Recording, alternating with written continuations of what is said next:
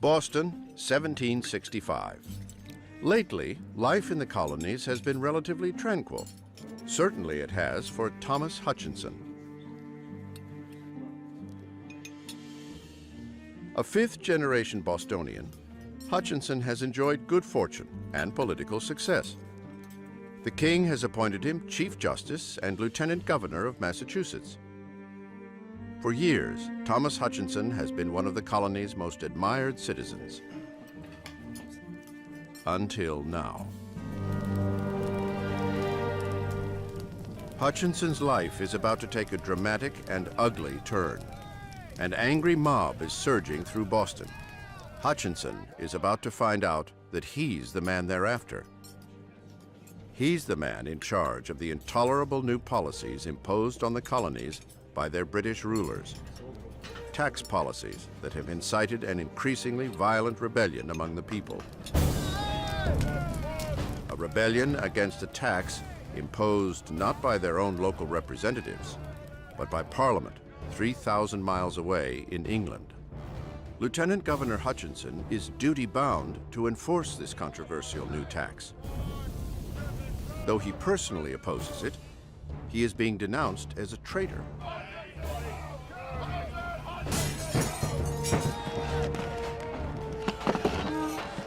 Massachusetts has never seen a mob as violent as this. They're not just angry about the money, they're angry at the assault on their autonomy by English rulers who neither know them nor represent them. The revolt spreads like an epidemic through all 13 colonies. It's hard to imagine that the fallout from this tax will ignite a social revolution unlike any the world has ever seen.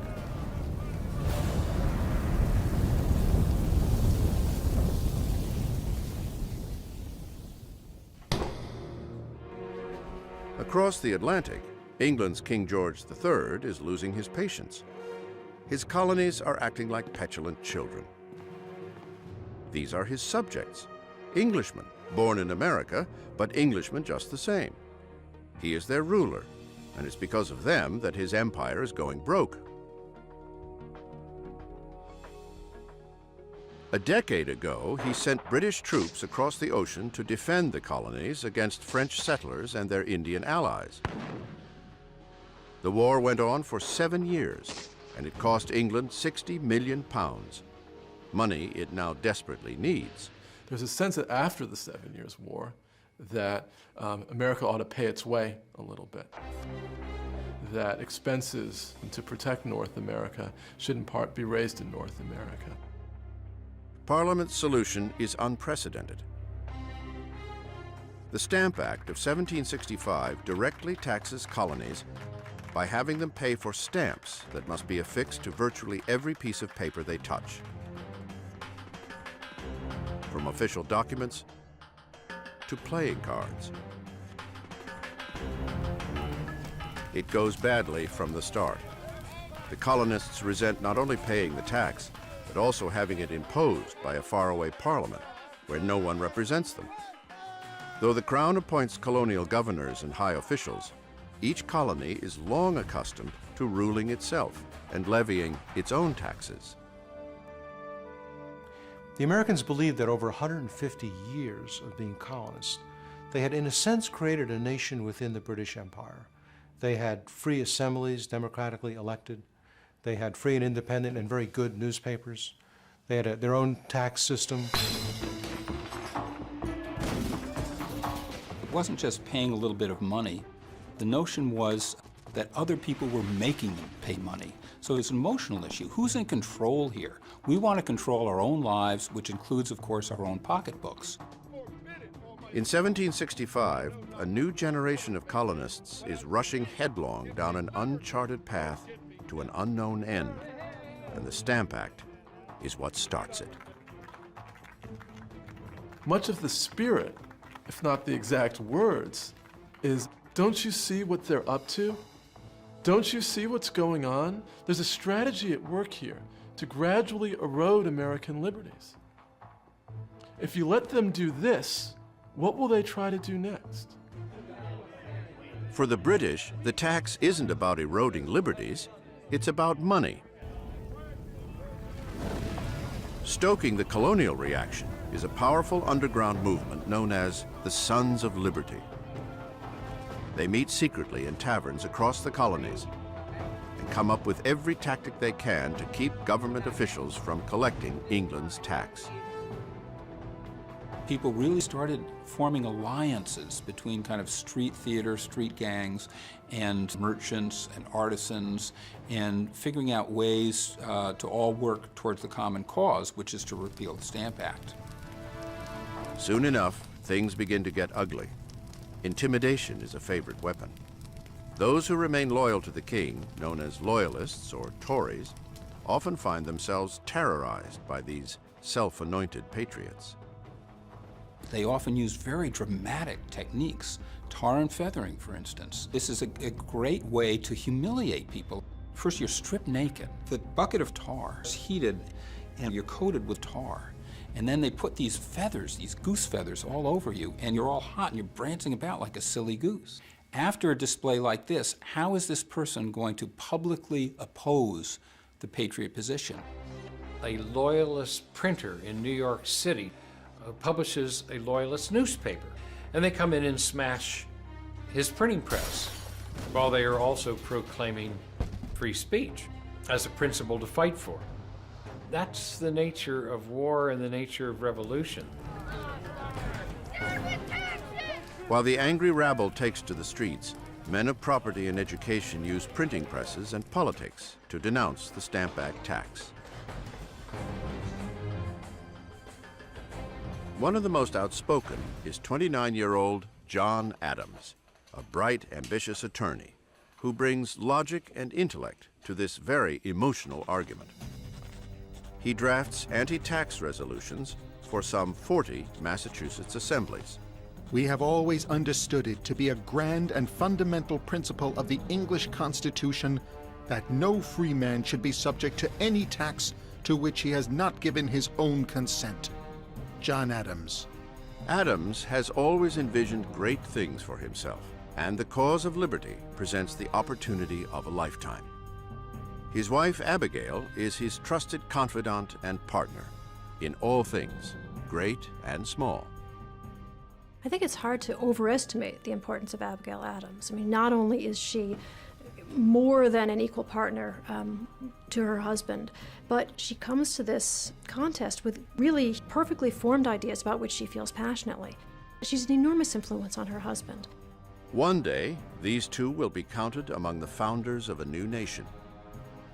For now, John Adams is one of many voices of protest in a Stamp Act rebellion that engulfs all 13 colonies.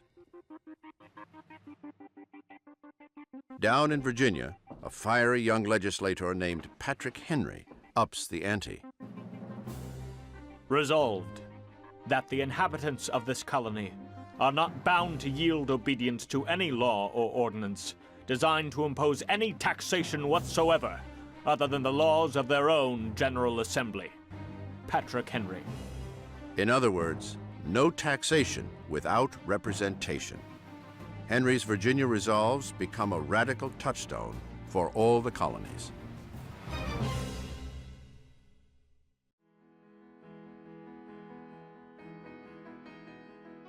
"3,000 miles away in London, another important player in the colonial drama, America's Benjamin Franklin, is doing what he does best: playing chess, flirting with a pretty young thing, and keeping an eye on developments for his countrymen. Franklin becomes the point man. He is the man in England who is there essentially trying to hammer out some kind of compromise on issues of taxation with the crown. At 59, Franklin is the most famous American in the world. He has spent the better part of 2 decades in England as a trade representative and the colony's unofficial ambassador, wooing and wowing a London society with his wit and wisdom. This is the Philadelphia printer and writer who created Poor Richard's Almanac, the colony's best-selling annual, rich with homespun advice. He is the scientist who famously flew a kite to experiment with electricity, who invented the lightning rod and the bifocal. A self-made man who went from lowly apprentice to wealthy entrepreneur, Franklin is the embodiment of what it means to be an American. Yet he adores England, the mother country, and especially London. He's absolutely in his element. This is where the great center of science is at this point. It's like being in the city as opposed to having been in the country. He's really hit the right group of people. And he's very much, he writes these down as the happiest years of his life.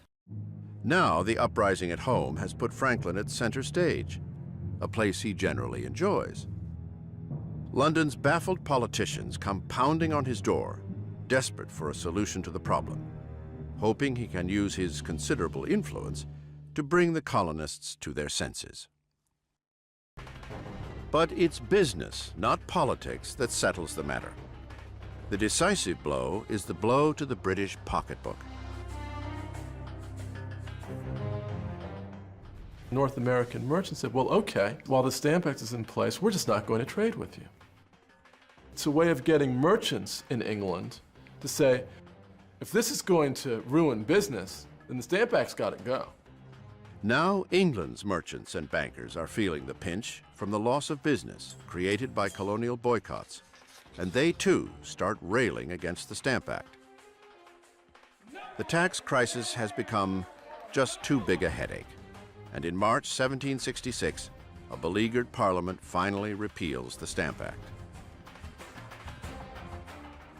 Unbelievably, the people of the colonies have forced the world's greatest power to back down.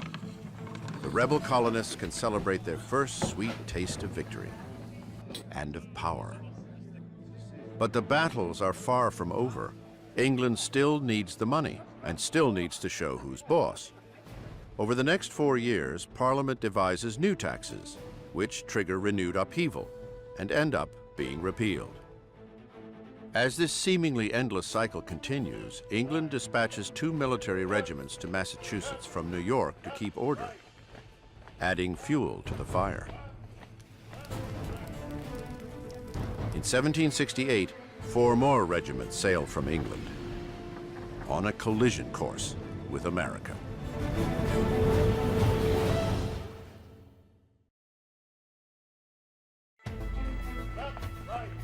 Boston, 1770. 1,000 British troops occupy this city of 15,000. It is a volatile brew. Boston is an accident waiting to happen, literally. Conditions are ripe. We've got an indigenous population that is very, very sensitive to having British soldiers quartered amongst them. You have all of these British regiments in Boston. This is something that the Bostonians simply chafe under. Resentment grows against the soldiers in Boston's streets. On the night of March 5th, a band of local patriots heckles a British sentry standing guard at the customs house. At first, they merely hurl insults, but soon they're hurling snowballs, and 8 more soldiers come to the aid of their comrade. You have a group of men who are egging on British soldiers, looking for ways to kind of stir up a fight, and now they've created the antagonism that they've been trying to gin up. Hundreds more colonists pour into the street. They launch a barrage of ice, oyster shells, and rocks at the soldiers. The guards panic. Their guns go off. And when it's over, 5 civilians lay dead on the frozen street. It was a tragically predictable sort of event. It's one of those situations in which the soldiers that are there to impose order are actually that seed of discontent that's going to produce disorder.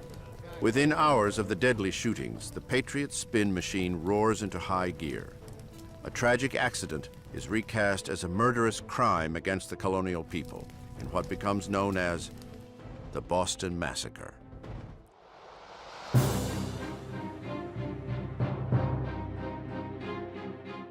This was not remotely a massacre. This was a case in which a mob assailed a small detachment of British soldiers, which may have panicked but had very legitimate cause to fear for their well-being. But that's not how it's portrayed to the outside world. A local silversmith and artisan named Paul Revere renders an exaggerated version of the event that makes it look like an unprovoked slaughter by the British soldiers.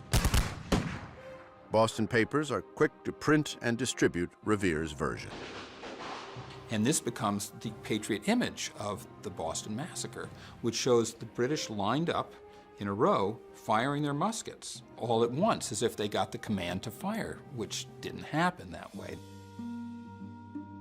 The first to die in the gunfire is a black man, a sailor and runaway slave named Crispus Attucks. He is widely viewed as the first martyr of the American Revolution. In this explosive atmosphere, the public outcry pressures the British to pull their troops out of Boston.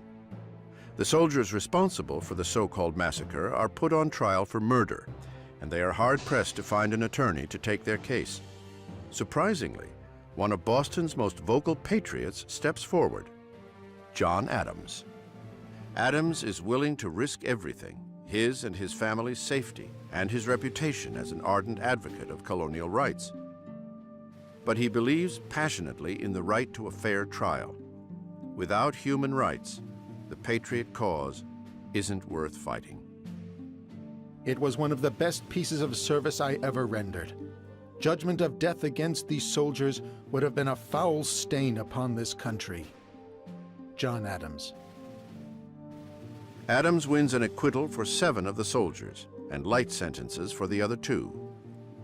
Only his unquestioned devotion to the patriot cause keeps him from being branded a traitor. The crisis is resolved, for now.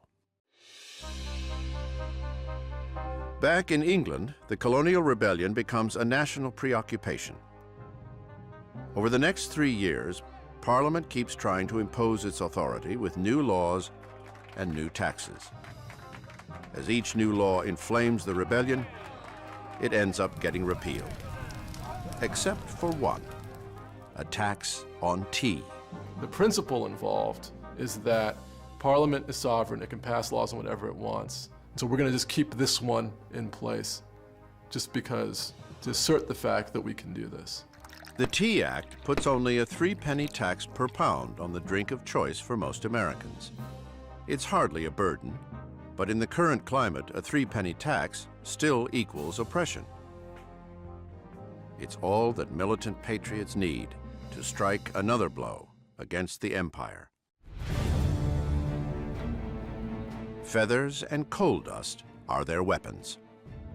On December 16, 1773, the Sons of Liberty enlist 50 men to darken their faces, stick feathers in their hair, and arm themselves with hatchets in a bad impersonation of Mohawk Indians. 5,000 people follow them down to Boston Harbor and watch as they climb aboard a merchant ship loaded with tea from England. With British soldiers absent since the Boston Massacre, there is no one to stop them. 342 crates of tea worth 10,000 British pounds are cast overboard. This wanton act of sabotage, which becomes known as the Boston Tea Party, will soon push the two sides to the brink of war. The British reaction was disgust and outrage. From a British point of view, you had an entire colony running amok. And the British government, after the Tea Act, frankly said, we've had enough. We've had enough with Massachusetts. And we're going to clamp down on them. And we're going to make Massachusetts an example of what happens if you defy the authority of Parliament.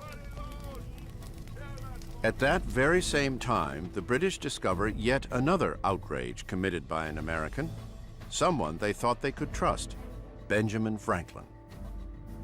Over a year ago, Franklin was passed a stolen packet of confidential letters written to a British official by Massachusetts Governor Thomas Hutchinson. Ever since Stamp Act rioters tore down Hutchinson's house 9 years earlier, He had tried to juggle serving his king with serving his angry fellow citizens.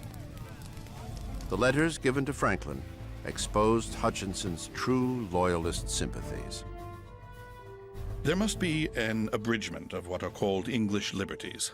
I wish, for the good of the colony, to see some further restraint of liberty, rather than the connection with the parent state should be broken. Thomas Hutchinson. Franklin sent the incriminating letters to colonial assemblymen in Massachusetts, who had recently made them public as irrefutable proof of Hutchinson's treachery against the Patriot cause.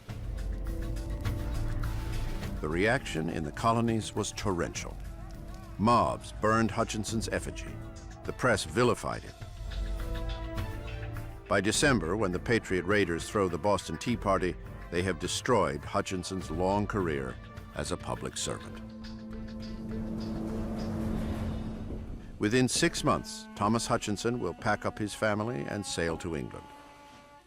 The relentless strife that has set American against American will force this man, long devoted to colonial causes, into exile. Heartbroken, he will never again set foot in his beloved homeland.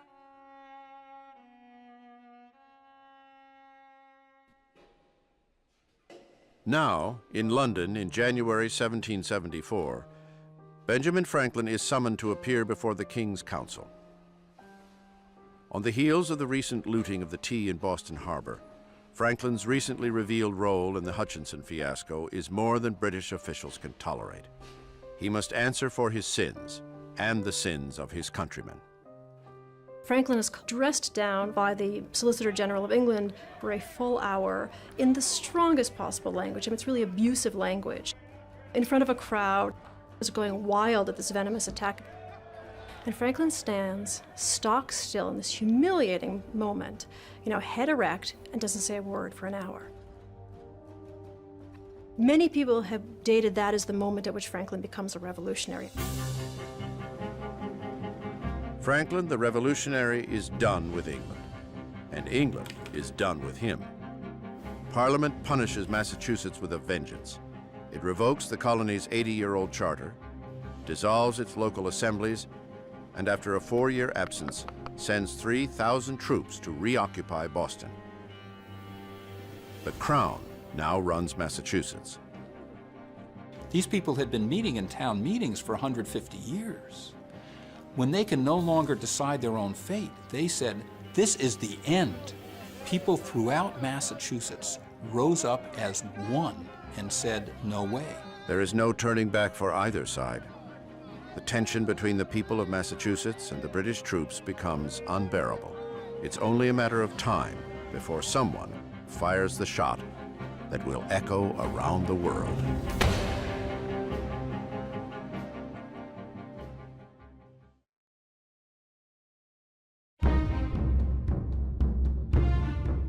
Boston, August 10th, 1774. John Adams is donning a new suit, and if he's not careful, the British will bury him in it. The Patriot leader is heading for a secret meeting in Philadelphia that will change the course of history and could cost him his life. Adams is one of 4 men representing Massachusetts at the First Continental Congress, an unprecedented, and as far as the king is concerned, illegal meeting of delegates from up and down the colonies. 55 delegates of America's best and brightest who gather to come up with a unified strategy to oppose Britain's increasing encroachment on their liberties. If the king had his way, they would all hang for treason. That illustrates how strongly they felt that they must take steps to remove themselves from what they saw as the arbitrary power of the British Crown. Britain has already suspended Massachusetts' constitution and imposed martial law there. The other colonies fear that it's only a matter of time before they all meet the same fate. Even though these colonies have different economic interests, they have different political histories, they have different populations, they recognize that in our relationship with Britain, we have much in common. Not all of these people have met each other. Most have heard about each other. Now they're eager to meet each other, see what's going to happen. People know that there's going to be moderates and not so moderates. And there's already kind of a little factions forming. Joining John Adams from Massachusetts is another radical, 37-year-old John Hancock, a wealthy Boston merchant who has been using his considerable fortune to fuel the cause. Pennsylvania has sent a moderate lawyer, John Dickinson, 42, whose widely read essays back in the 60s helped launch the anti-tax movement. From Virginia comes Patrick Henry, the volatile young orator whose Virginia resolves helped stamp out the Stamp Act. And also from Virginia, a wealthy 42-year-old planter and veteran of the 7 Years' War, George Washington.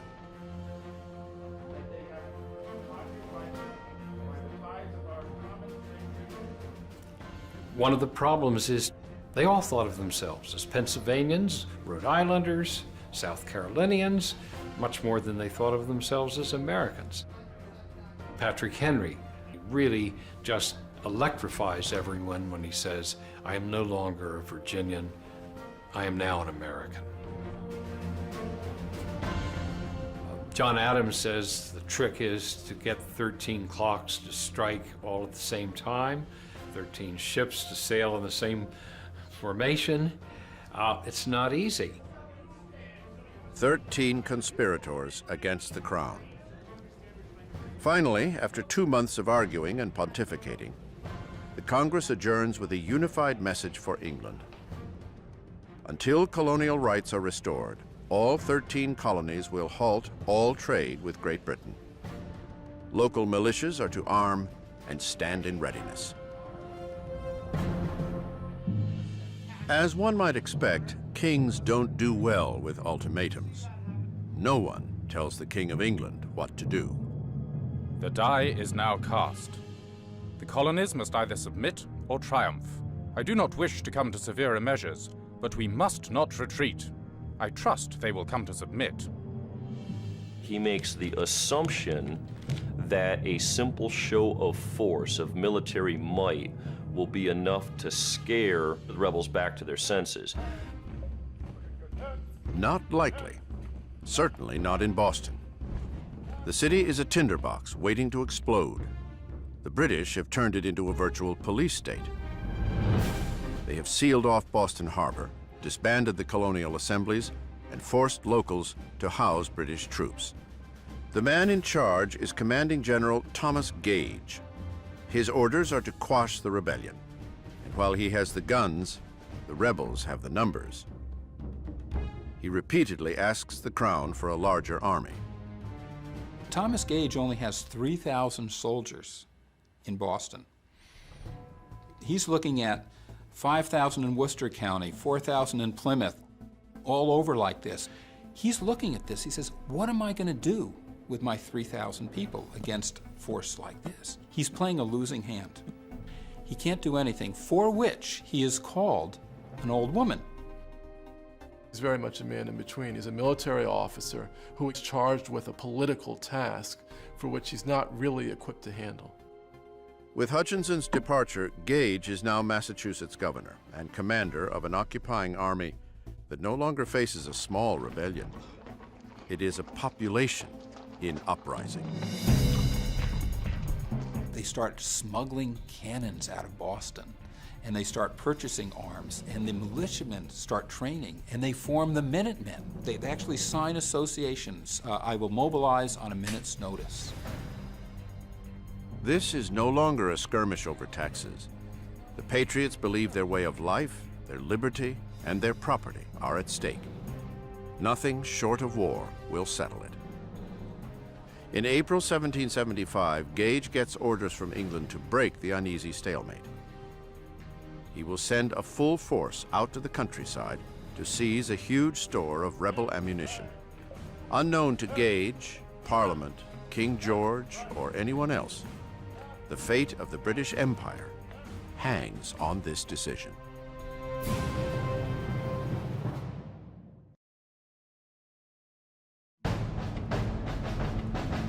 April 18th, 1775. British troops are on the march. Colonial militia are arming and stockpiling ammunition for what many fear is an inevitable showdown. British Commander General Thomas Gage has ordered his soldiers to capture a huge hidden store of gunpowder in Concord, a Massachusetts village 20 miles west of Boston. The British detachment that marches out of Boston, roughly 800 soldiers, march out knowing that the countryside is on the verge of armed action. Once Gage sends that mission out, he really has set into motion a chain of events that is beyond his ability to control. The British are indeed coming. The news starts leaking out, and people start mobilizing. They're ready. Out into the countryside to spread the word goes Paul Revere, whose engraving of the Boston Massacre fanned the flames of outrage 5 years earlier. Poems and school books will one day mythologize Revere's midnight ride as if he were the lone heroic messenger. But in fact, he is just one part of a whole system of communication. Paul Revere is one of dozens, then scores, and literally hundreds of messengers going every which way. Bells are ringing, the shots are being fired. So before dawn, hours before dawn, the whole countryside is mobilized and knows what's happening. They arrange a signal, one lantern light in Boston's Old North Church if the British are coming by land, and two if by boat. British troops row to the Cambridge side of the Charles River and wade through reeds and thick marshland to begin their overnight march to Concord. At around 1 in the morning at Lexington, Massachusetts, farmers, blacksmiths, and shopkeepers gather to intercept the British at Lexington Green. 130 civilians, some too old, some too young, most with no formal military experience, stand ready to risk it all against the world's most feared army. These were men who literally felt under attack. And in fact, they were under attack. The British Army were walking out to seize colonial property, and they felt compelled to defend it. 2 a.m. After an hour of waiting, no sign of the British. The night's chill sends many home. Others choose nearby Buckman's Tavern to await another alarm. Most hoping it will never come.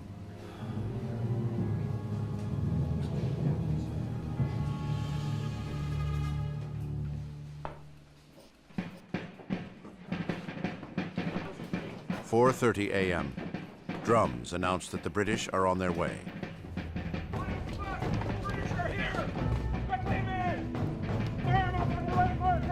I'm sure the mood on Lexington Green was extremely tense. The best trained, most professional army in the world is bearing down on them. So even though they were fired up with a great sense of injustice, they were probably nervous. And if they weren't, they should have been. That's it. Okay, stand back, lads. Stand back.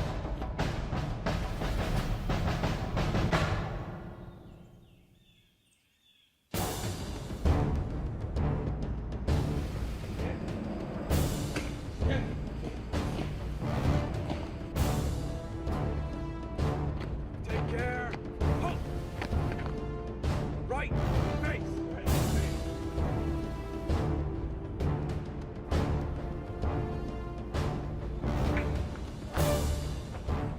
Both sides eye each other suspiciously, both sides not wanting to take a misstep.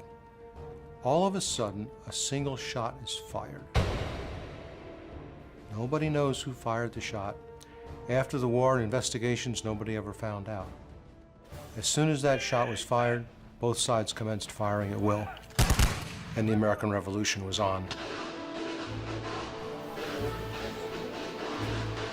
Concrete! Fire! Fire! Ready! Quickly! Quickly! Treason! Fire! Wait. In less than 2 minutes, 8 militiamen lay dead, 10 wounded. It really lit up the newspapers everywhere. Blood had been shed, and there was really no looking back after that.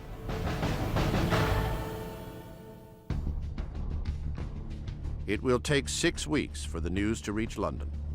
By then, the course is set. I think there's a recognition in London after Lexington that the battle has been joined, that the chances for preventing this conflict from degenerating into war has just about passed.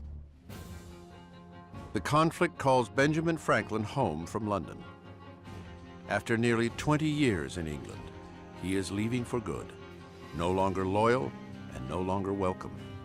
Branded a revolutionary traitor by the British, Franklin will set sail for his Philadelphia home to take a seat in the Continental Congress.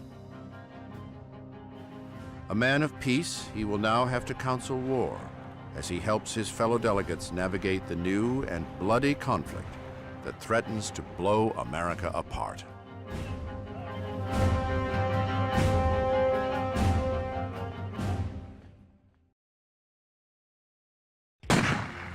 April 19th, 1775, Lexington, Massachusetts. For the first time ever, British soldiers and colonial citizens have stood face to face and fired upon each other. 8 colonists lay dead. But it's not over. The British continue their advance to get what they came for, the colonial ammunition stored in nearby Concord.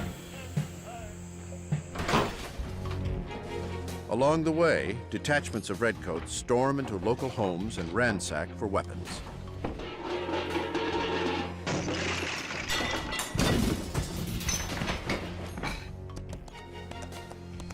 The word spreads, and militia from all over the area rush toward Concord to head off the British. This time, it's the Americans who are coming.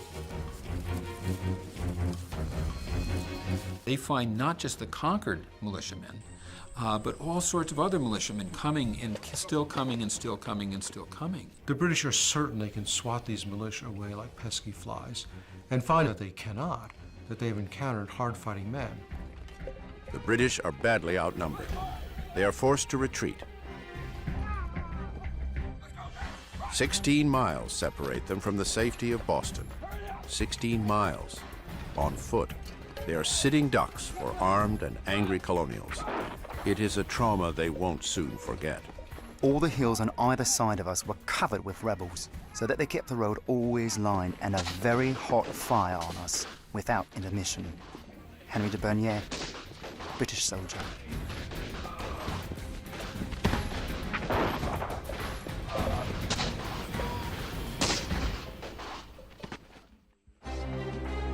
"20 hours of constant barrage bring heavy losses to the beleaguered British. 73 dead, 174 wounded, and 26 missing. The Americans suffer 49 killed, with 40 wounded and 5 missing. By the time British soldiers get back to Boston, the colonials have the city surrounded, with militia from neighboring colonies on their way. Gage and his troops are trapped, with their backs to the sea. The rebels have added insult to outrage.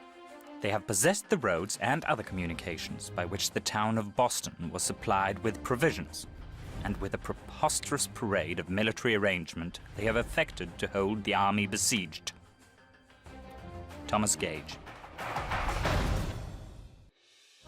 3 weeks later, on May 10th, 1775, Benjamin Franklin is back home in Philadelphia, just as the Continental Congress is called back into emergency session. The bloodshed in Massachusetts demands a new colonial strategy. Assembling a continental army and complete independence from England are subjects now on the table. The delegates eagerly await the thoughts of their venerated elder statesman, Benjamin Franklin, only to find him unusually quiet and withdrawn. The long voyage from England has made him ill, but it is the short trip he will soon make that troubles Franklin most. Franklin is headed to a confrontation with his only son, 43-year-old William. The rift in the colonies has brought a terrible split between father and son. William Franklin has been New Jersey's royal governor for over a decade, a post granted him by the king, owing in no small part to being Benjamin's son. William is vehemently opposed to the rebellion and unalterably devoted to the king. Now, his father will make one last attempt to win him over to the Patriot side.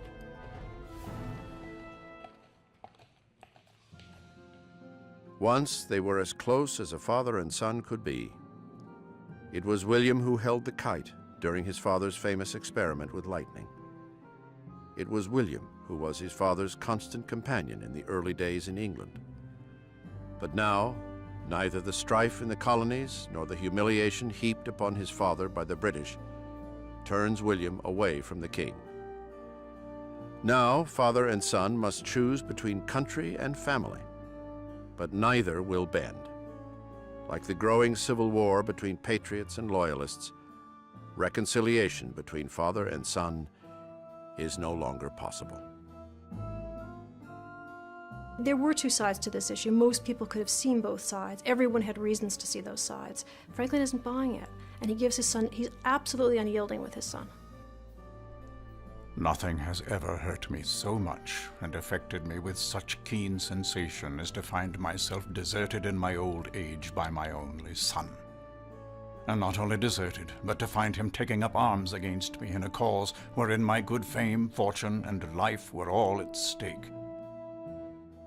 When I think about Benjamin Franklin, the great revolutionary, and his son, the leader of those conservative loyalists, it seems very strange to me that the old man should be the radical and the young man should be the conservative. Once they were inseparable. Now the wound between father and son will never heal. William Franklin doesn't get very good press in the American textbooks, but you know there were many others just like William Franklin. Which side are you on? That became the question. The political argument that tears the Franklins apart will also be replayed in thousands of colonial families. Politics have become intensely personal. Every American had to choose. Do I support the Patriots? Do I support the Loyalists? Is there any neutral ground between them? A bitter time is coming when everyone must choose sides, when fathers may have to fight sons, when brother may fight brother. There are twice as many patriots in the colonies as loyalists, but more than half the population just wants to be left alone. In the coming months and years, no one can remain on the sidelines. The ship has sailed. The revolution is on an irreversible course. It will take sturdy leadership from men as different in temperament as the people they represent. Whether they know it or not, these are the men of destiny who will guide the American people into their uncertain future. And these are the men who will shed their blood and give their lives to make it happen.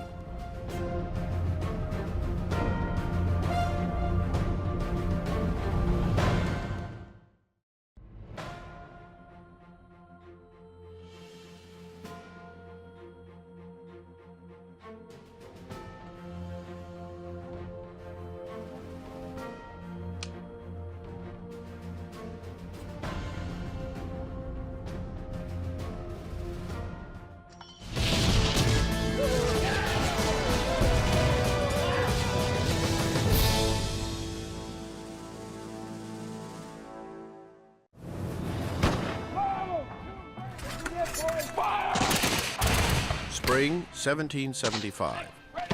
Bloodshed at Lexington and Concord has inflamed the colonies.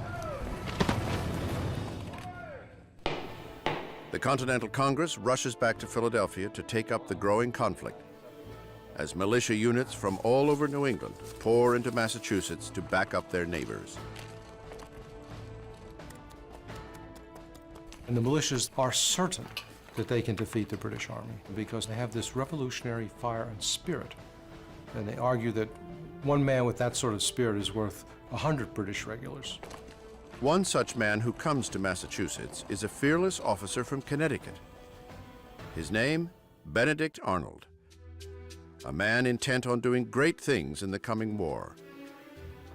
Arnold has a bold military plan for the Patriot cause. When Benedict Arnold marched into the New England camp outside Boston right after Lexington had conquered, he was spit and polish.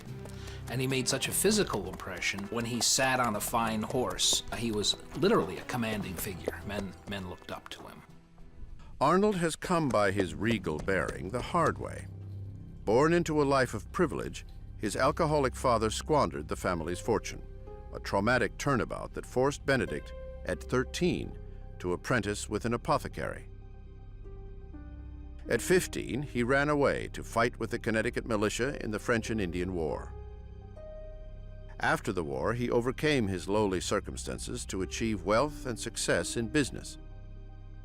But the angry, resentful youth has grown into a bitter and arrogant man whose contempt for British rule has made him a militant patriot. Arnold convinces the Massachusetts Provincial Congress to send him on a mission that will grab personal glory for himself and desperately needed ammunition for the rebels, to capture the guns at Fort Ticonderoga, the massive but loosely guarded British garrison in the upper reaches of New York.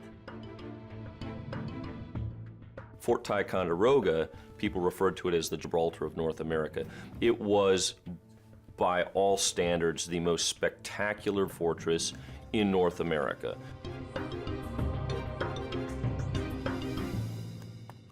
As Arnold sets out on his quest to capture the fort, he hears that another soon-to-be famous name is driven by the same idea. Ethan Allen, a hard-drinking, hard-living frontiersman from Connecticut, couldn't be more different from Benedict Arnold. Allen has been engaged by Connecticut's Congress to rally his personal militia for its own mission to Fort Ticonderoga. These are the notorious Green Mountain Boys, who have been fighting their own war of independence against New York settlers. Ethan Allen, their Colonel Commandant, organized about 2,000 armed frontiersmen in what is now Vermont, who for 5 years had been fighting New Yorkers to keep them out of their farms, out of their new territory. And they were willing to fight for their land, and they could move very quickly. The Green Mountain Boys jump at the opportunity to take on the British. Taking separate paths, Allen and Arnold, each with his own orders, head towards Fort Ticonderoga. Arnold is alone, expecting to recruit men along the way. Allen and his men are already preparing the attack. Their paths cross 30 miles from their target.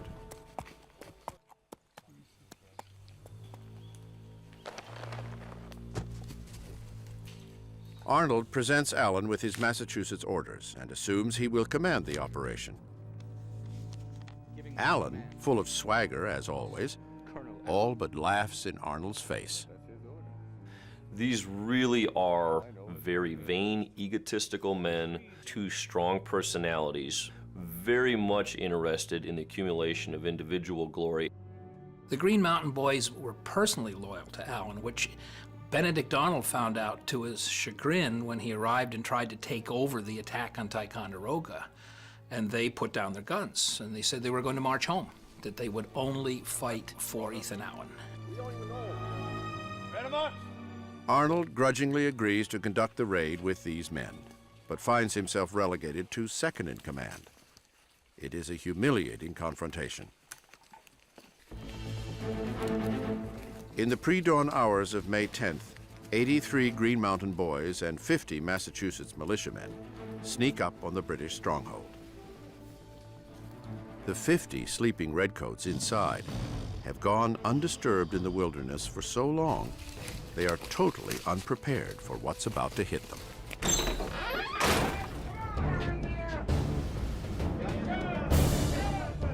It's over in minutes. The British soldiers surrender without a fight. The fort's valuable artillery stores now belong to the rebels.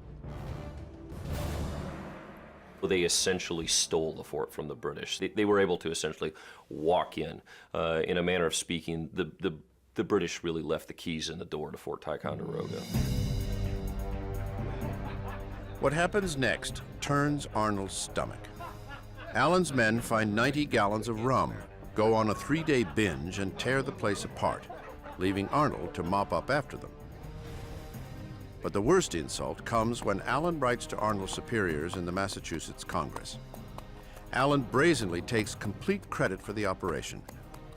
He keeps all the glory for himself and purposely makes no mention of his rival, Benedict Arnold. For Arnold, it's a wound more devastating than being shot. For an officer's honor, public recognition was key. If you'd played an important role and you weren't mentioned, that was very disrespectful. So Arnold was justifiably offended. The affront to his honor is the first of many slights that will dog Benedict Arnold throughout the war and ultimately drive him to infamy. In Philadelphia, the men of Continental Congress reconvene in the Pennsylvania State House, which will later be named Independence Hall. They greet the capture of Fort Ticonderoga with decidedly mixed feelings.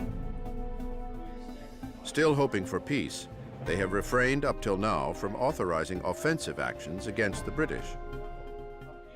The capture of Fort Ticonderoga catches the Continental Congress largely off guard. They had not anticipated this, they did not desire this, and it now has forced their hand. They know that a military response is inevitable, and they now must scramble to take action. The time has come for the 13 colonies to become a united military as well as political force. It issues currency against future tax collections from the colonies to raise and supply an army. Their mission now is to conduct a war, even while searching for a way to avoid it. We ought immediately to adopt the army as a continental army, take upon ourselves the pay, subsistence, clothing, armor, and munitions of the troops. John Adams. Adams urges the immediate appointment of a commander to head up this new army. His Massachusetts colleague, John Hancock, a vain, ambitious man who has just been elected president of Congress, assumes he will be offered this even more important role. His friend Adams is about to nominate him, or so he thinks. And that is a gentleman among us, and very well known to all of us. A gentleman whose skill and experience as an officer, whose independent fortune, great talents, and excellent universal character would command the approbation of all the colonies better than any other person in the Union. That is the gentleman from Virginia. Hancock is stunned. Adams passes him over for a gentleman planter from Virginia, George Washington. The Continental Congress wanted a national army, not just a Massachusetts army or a New England army. They thought that by getting a commander-in-chief from a different colony would balance that. So they cast a welcome eye on Washington from Virginia. At 6 feet 2 inches and 215 pounds, George Washington cuts an imposing figure. Prior to his nomination, he spoke very little in session, yet spoke volumes about his intentions by showing up every day dressed in a military uniform. Well, here's a very impressive guy. I mean, he wears his military uniform with great dignity, and of course he shows up making the point. I have military experience. I am a person who you can count on as your military commander. So he has the image to do it, he's got the experience, he's from Virginia. They make him the commander-in-chief, and he modestly says, I'm really not equal to the task, and I'll just do my best. But lest some unlucky event should happen unfavorable to my reputation, I beg it may be remembered by every gentleman in the room that I this day declare with the utmost sincerity, I do not think myself equal to the command I am honored with. George Washington. His behavior seems somewhat disingenuous.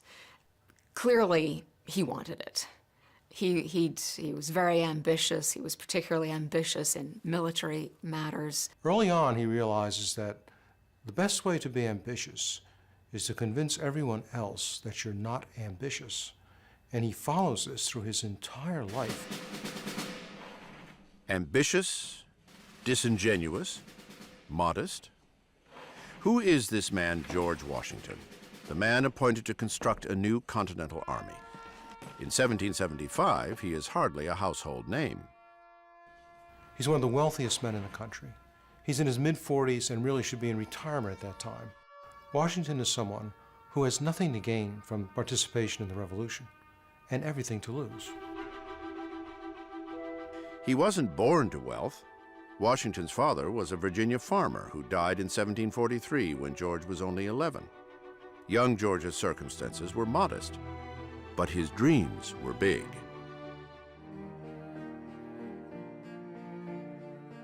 But he envisioned himself dancing at the grand balls in the huge homes of the rich.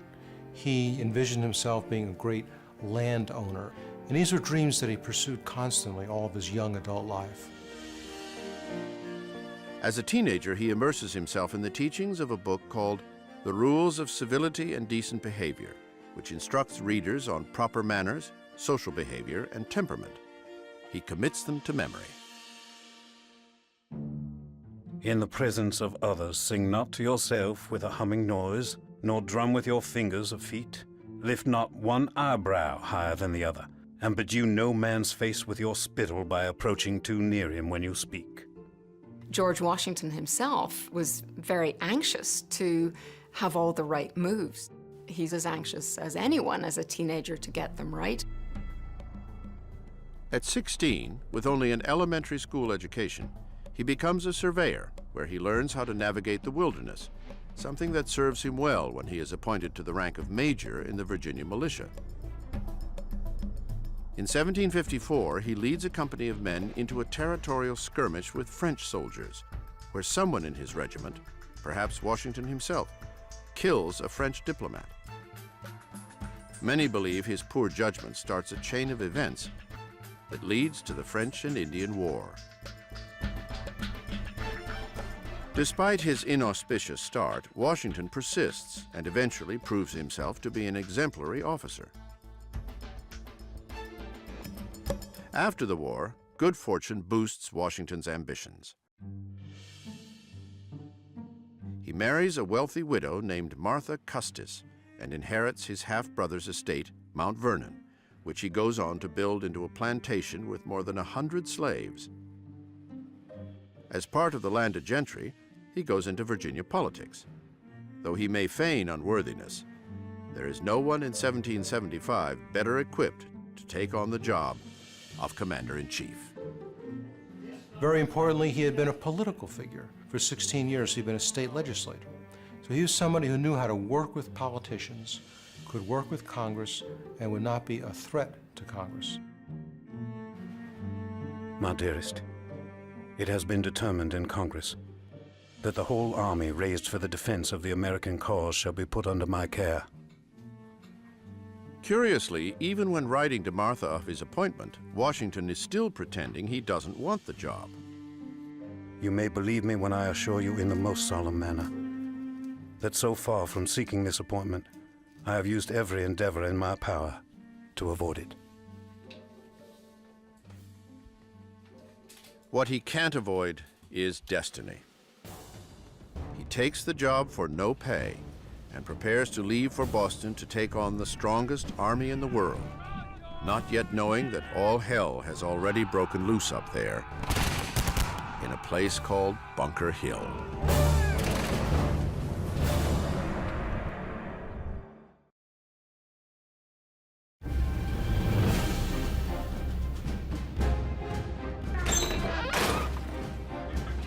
May 1775. The rebels' capture of Fort Ticonderoga turns up the pressure on the already beleaguered British commander Thomas Gage. Back in the French and Indian War, 2,000 British soldiers lost their lives seizing Fort Ticonderoga, and now Gage has lost it to the Americans. In London, King George is furious that Gage's superior forces have failed to control the colonists. I am of the opinion that when once these rebels have felt a smart blow, they will submit. And no situation can change my fixed resolution, either to bring the colonies to a due obedience or to cast them off. King George III. No more reasoning, no more legislating. The colonies will come to their senses or face a show of force unlike any they have ever seen. Gage is dismissed. He is too weak, too tolerant. To replace him, the British command sends its 3 best generals to bring the colonies to heel. These are England's best and brightest military men, who become known as the triumvirate of reputation. General Henry Clinton, American-born, a competent soldier, but socially inept, a man referred to even by himself as a shy bitch. General John Burgoyne, vain and ambitious.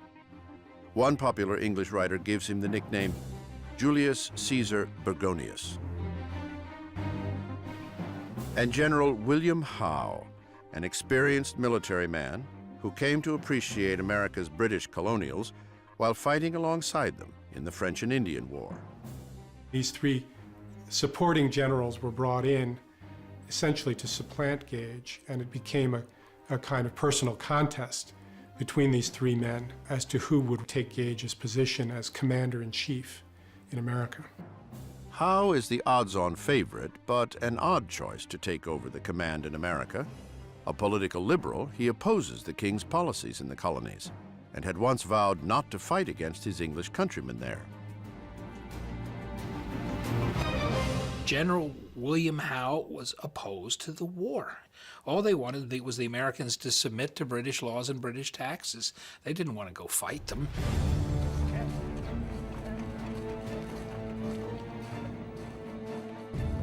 Boston, June 16th. In the months since Lexington and Concord, rebel militia in the hills around Boston have laid siege to the city, trapping the British and their loyalists inside. Now, the British command is planning to break the rebel stranglehold with an overwhelming offensive up Bunker Hill to take the high ground around Boston. But the colonials are a step ahead of the British. Spies have slipped the British plans to the rebels.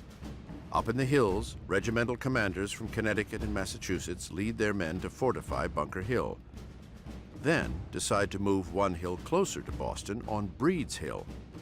There, they dig in for a British attack.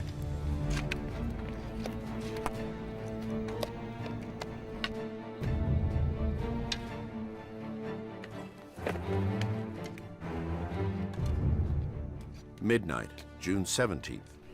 1,200 militiamen race the clock to beat the sunrise before it reveals their position to the British below.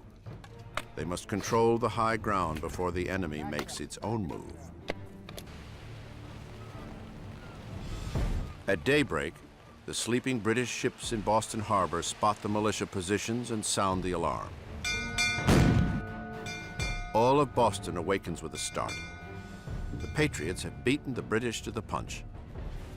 The first full battle of the Revolution is joined. As the Redcoats assemble for battle, ships in the harbor try to pin down the militia with cannon fire.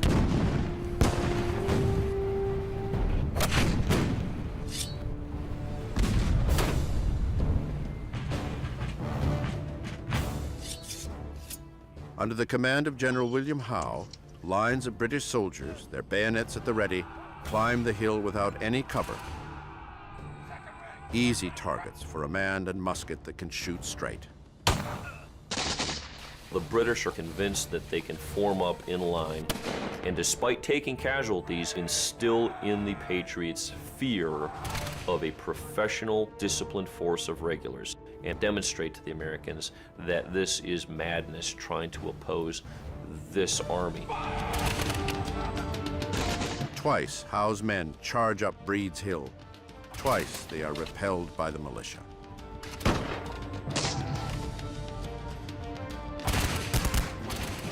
From roofs and hilltops, civilians come out to witness the bloodshed. It is war as spectator sport, but many fear for their loved ones in the fight. The rebel barrage goes on for 3 hours until they run out of ammunition. Despite their advantage, the rebels have no choice but to retreat. The British finally capture the hill on their third charge.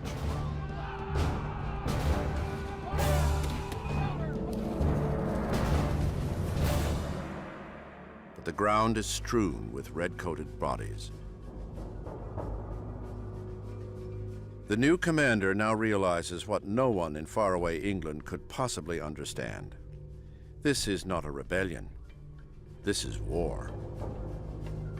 When I look to the consequences of it, in the loss of so many brave officers, I do it with horror. The success is too dearly bought. British General William Howe.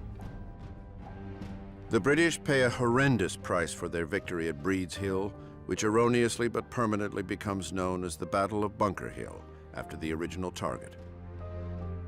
1,000 of the 2,300 British soldiers, nearly half, are dead or wounded.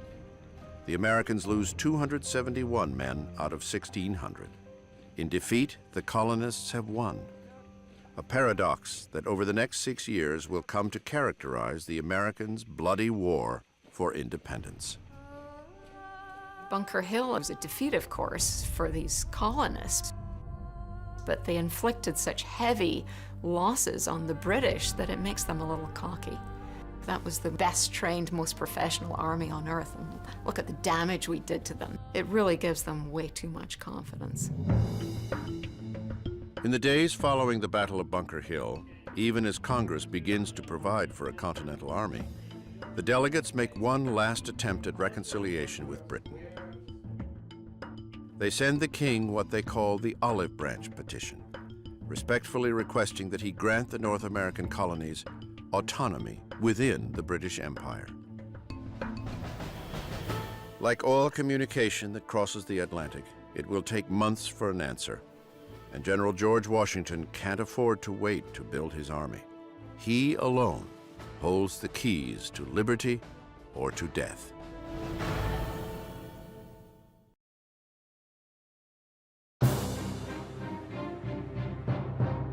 June 1775. As word of the valiant defense of Boston's Bunker Hill reaches Philadelphia, General George Washington writes a new will and heads off to meet his destiny. Whatever mortal fears Washington harbors, the people he meets on his way to Boston have no such misgivings about the man charged to defend them. The appointment gives universal satisfaction. I was struck with General Washington. Dignity with ease and complacency, the gentleman and soldier look agreeably blended in him. Abigail Adams. Cambridge, Massachusetts. Washington is in for a terrible surprise. Despite their brave defense of Breed's Hill, the men he is coming to command fail even his worst expectations. He really has a task that is absolutely mind-boggling. We say that there was an army around Boston. There wasn't an army around Boston. There was a gaggle. These men are ragged, disheveled, getting drunk on duty, no knowledge of how to handle a musket efficiently. There was no discipline. There was certainly no hygiene, very little structure. It was a mess.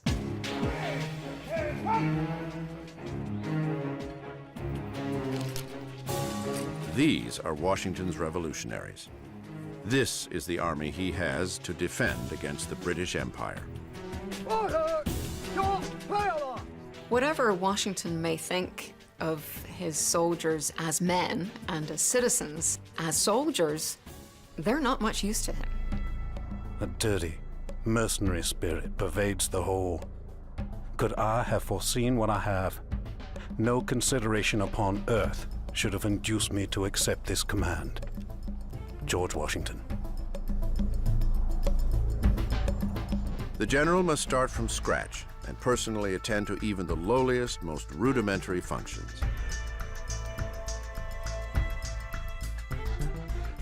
His first tasks are fundamentally administrative tasks. His junior officers have to be taught how to fill out a report, how to count men, how to purchase supplies, how to buy tools, where to dig latrine, where to butcher meat, where to bury offal. These are all things that, amazingly enough, Washington has to concern himself with.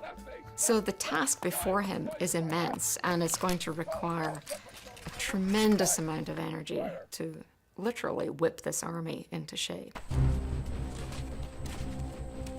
And the whip will come down hard. Every man will learn discipline by Washington's very strict code. For disobedience of orders and damning his officer, to receive 30 lashes on his bare back. For expressing himself disrespectfully, to be stripped of his arms, put in a horse cart with rope round his neck, and drummed out of the army. General George Washington. The new army is stitched together with widely different militias from very different colonies. Each is accustomed to its own command and its own way of doing things. Establishing a common culture is yet another overwhelming challenge. There were so many different brands of fighting traditions, cultures, and people. Washington was very concerned that there were so many rivalries, so much friction between members of his army. One of the Army's most serious problems is the utter lack of ammunition and gunpowder. When Washington is told that they have only 9 rounds of gunpowder per man, he is inconsolable. Advertisements in colonial newspapers plead for local gunmakers to step up their production, but to little avail. Perhaps no commander in history has ever faced so many obstacles to putting together a fighting force. And even if Washington succeeds, the effort may still be doomed. Most men have signed up for just 1-year enlistments. These men are serving for very short terms. Most of them, their contracts expire either in November or December. They're only going to be around for a few months. So as soon as they become even remotely competent, they're going to go home, and he's going to have a new group to train again. Against these odds, Washington has precious little time to turn this woefully undisciplined, underprepared, and undersupplied army into a force that will have to stand up against the strongest army in the world.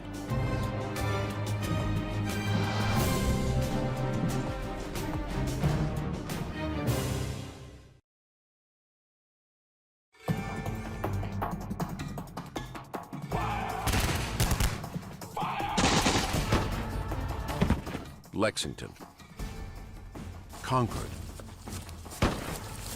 Bunker Hill. All the skill and experience in the world can't help British forces tame the chaos in the colonies. Thomas Gage now has only 7,000 soldiers, surrounded by Washington's 16,000. The loss we have sustained is greater than we can bear. Small armies can't afford such losses. The rebels' number is great, so many hands have been employed. I wish this cursed place was burned. Thomas Gage. October 11th, 1775. Without fanfare and without honors, General Thomas Gage is relieved of his command. Once Britain's most powerful man in America, he returns home alone and disgraced. General William Howe steps into Gage's boots and is already knee-deep in the American quagmire.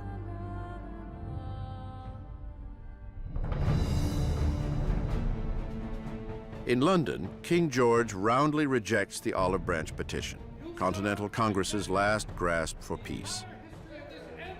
On October 26th, in his annual speech to Parliament, the king throws down the gauntlet. It has now become the part of wisdom to put a speedy end to these disorders by the most decisive exertions. King George III. What the king wants is a military solution to a political problem. But his call for war is anything but unanimous among Britain's people and politicians. But when Parliament votes, war carries the day. The military is ordered to send thousands more troops and a full armada to quell America's escalating revolution.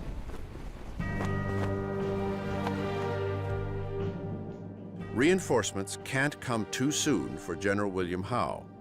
Hemmed in by the rebel siege, he and his army are virtual prisoners on the Boston Peninsula, along with 1,000 loyalists they're protecting. With no access to the countryside, they are unable to forage for food or wood. Supply ships from England have yet to arrive. The people in Boston are running out of provisions and fuel. Across the river in Cambridge, Washington is battling his own war of attrition. With the year about to come to an end, so will many enlistments, and short-timers will soon be leaving in droves. And now, Congress is pushing him to let go of some of his most loyal soldiers, African Americans.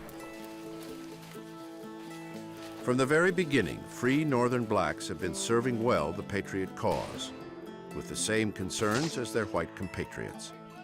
There was no militia unit that didn't have black men. They were at Bunker Hill, they were at Concord and Lexington and everywhere else. But recruiting black soldiers, that he had trouble with because the Continental Congress had trouble with it.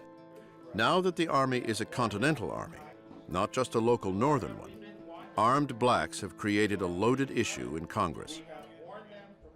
Southern states are adamantly opposed to making soldiers out of them.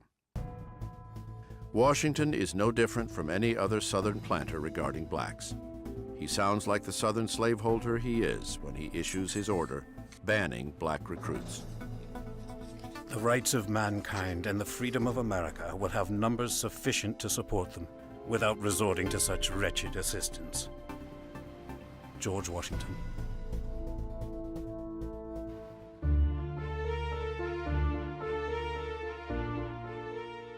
The great irony is that the one man closest to the general is a black man, his slave, Billy Lee. For the 7 years since Washington acquired him, Lee has been his master's valet and constant companion. Washington calls him my family. Billy Lee was more than just a slave to George Washington. He was his personal slave. Billy Lee went with him every place. If George Washington was the best horseman in Virginia, Billy Lee was the second best. And he and Washington would horseback ride just about every day.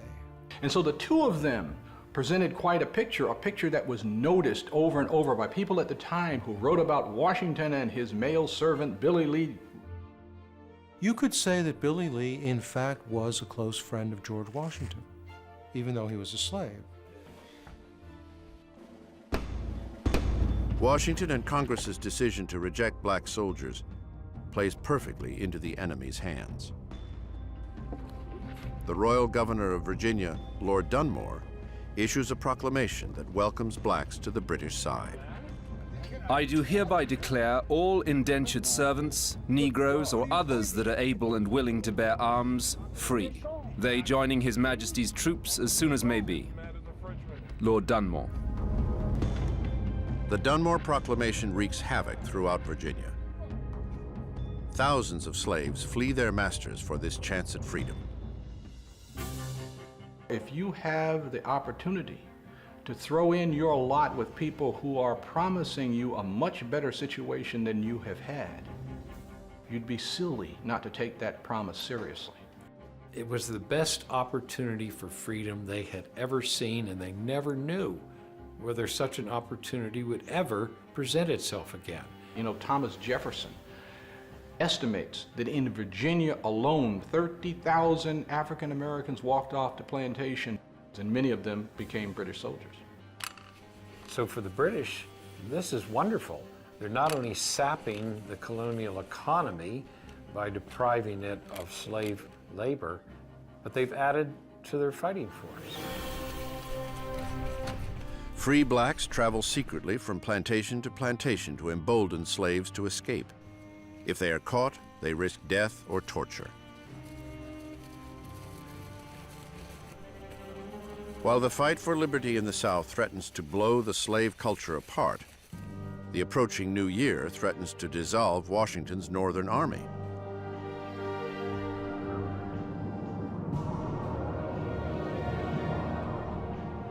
We are now without any money in our treasury, powder in our magazines, arms in our stores, without a brigadier, engineers, expresses. By and by, when we shall be called upon to take the field, we shall not have a tent to lie in. I have often thought how much happier I should have been if, instead of accepting a command under such circumstances, I had taken my musket upon my shoulders and entered the ranks, or had retired to the back country and lived in a wigwam. George Washington.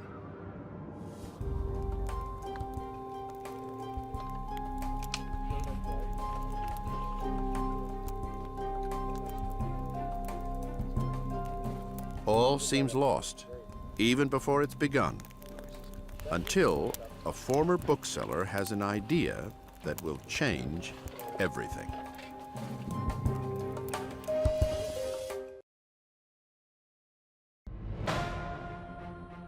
January 1st, 1776. It's a new year for a new army, and General Washington raises a new flag to commemorate it, the Grand Union, with 13 stripes representing both the differences and common cause of the 13 colonies, and with the British Union Jack in the upper left to acknowledge those colonial leaders hoping to salvage a relationship with England. That same day, the colonies get the news of the King's October proclamation to crush the rebellion by any means necessary. It's a stunning declaration by the King that rouses rebel ire more than ever. But an army needs more than anger to fight a war. With the onset of winter, neither side has the supplies necessary to brave the cold and snow. The British hole up in Boston, waiting for reinforcements and supplies from England, while Washington uses the time to piece together an army short on everything, from manpower to gunpowder. But help is on the way. Henry Knox, a 25-year-old colonel and former Boston bookseller, is leading a trek from Cambridge to Fort Ticonderoga on a quest for arms. Knox has taken it upon himself to recover the artillery captured from the British at Fort Ticonderoga. For 2 months, in the cold and wet, he, his men, and teams of oxen haul 120,000 pounds of artillery across 300 miles of muddy woods, frozen rivers, and steep, icy slopes back to headquarters in Cambridge.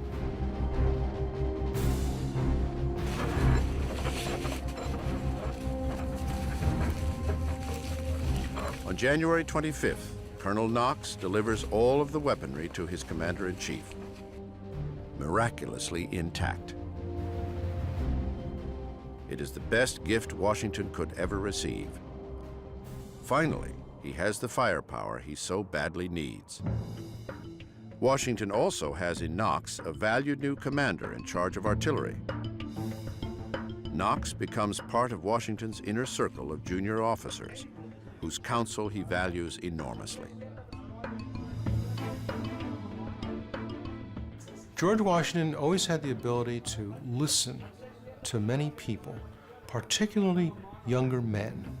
He thinks everybody's view is important, that it's a part of the puzzle, that people know things that he doesn't know, and if he can listen to enough opinions, he'll know as much as they do. A hallmark of good leadership. Right away, Washington's brain trust keeps him from making a fatal mistake. As the spring thaw approaches, Washington wants to send waves of foot soldiers down into Boston in a full frontal attack. But his officers overrule him. The British are too well fortified, and the Continentals are still short of gunpowder. They do, however, have Knox's artillery. They decide to take the highest ground, Dorchester Heights, and bombard the city.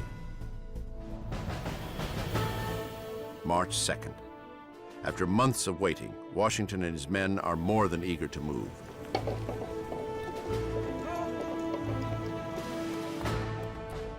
The general is about to launch the first offensive of his command.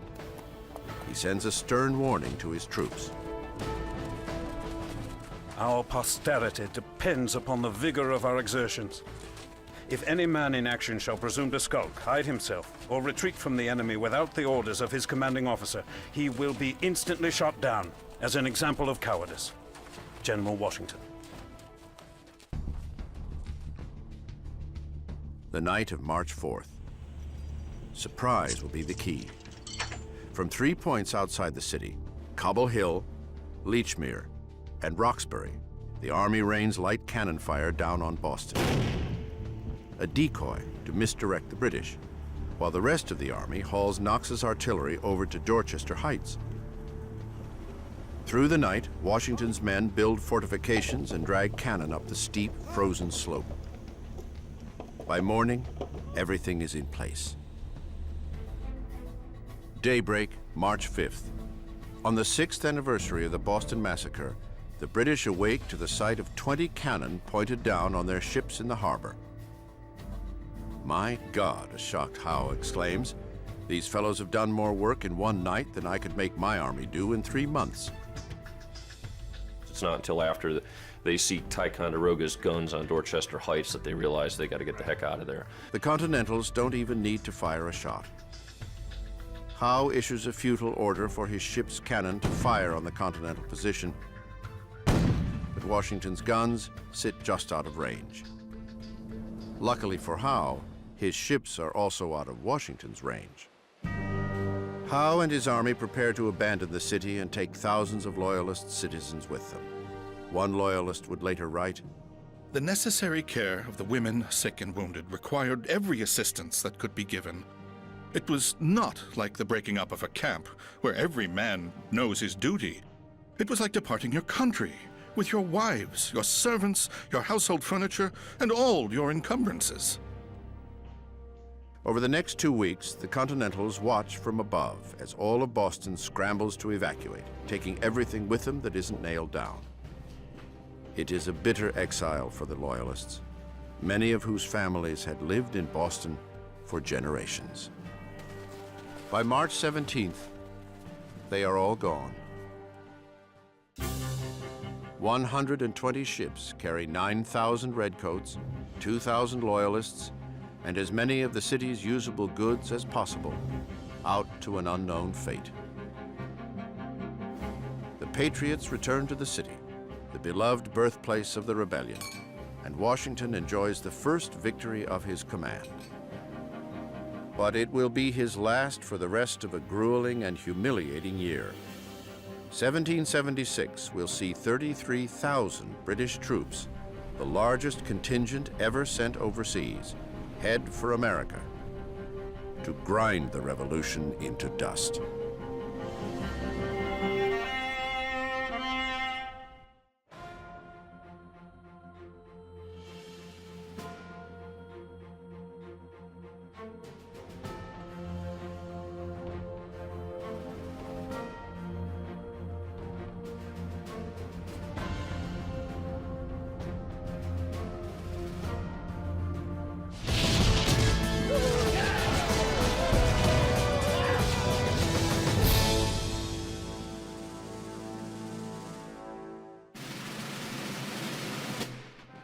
April 1776.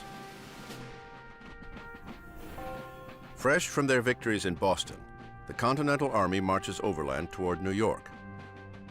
Having sent the British running, they are America's surprise heroes.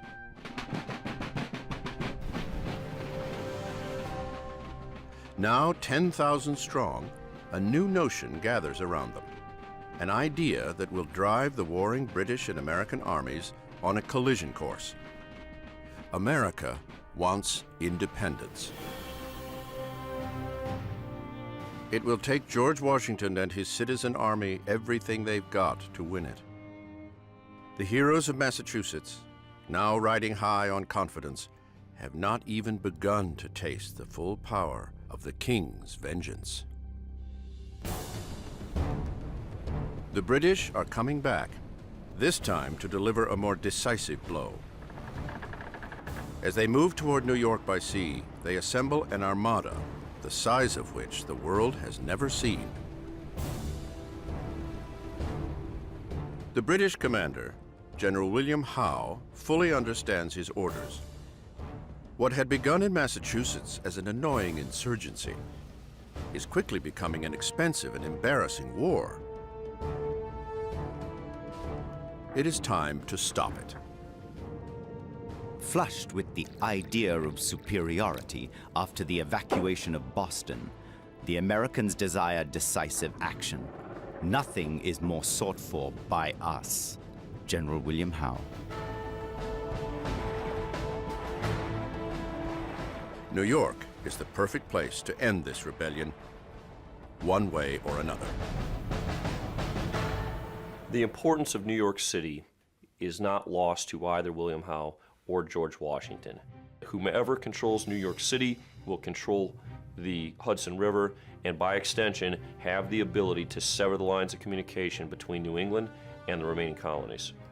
This was the grand strategy that was going to subdue the rebellion, that would break the colonies in half along this river, that would separate the cockpit of the revolution in Boston from the cockpit in Virginia, in New York, in New Jersey, and by that means bring about the collapse of the rebellion.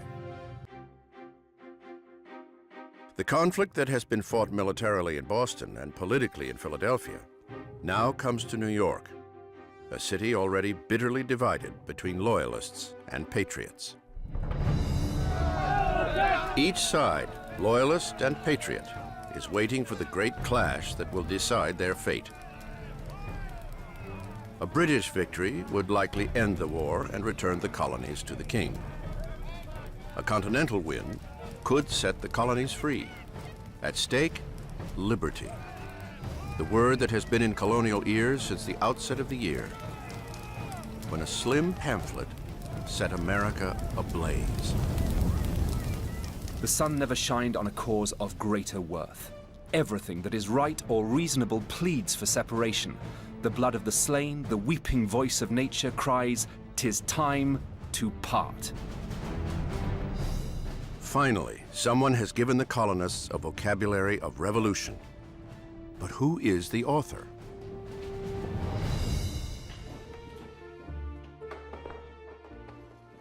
The words come anonymously from the most unlikely source. Not a leading American, but a young immigrant starting his life over in the New World. He comes from England with little money, scant education, and few prospects. But he carries powerful ideas from the European Enlightenment, ideas that, when planted in American soil, will grow into a revolution that will change the world. The author of this incendiary manifesto, Thomas Paine. We don't have a statue of Paine.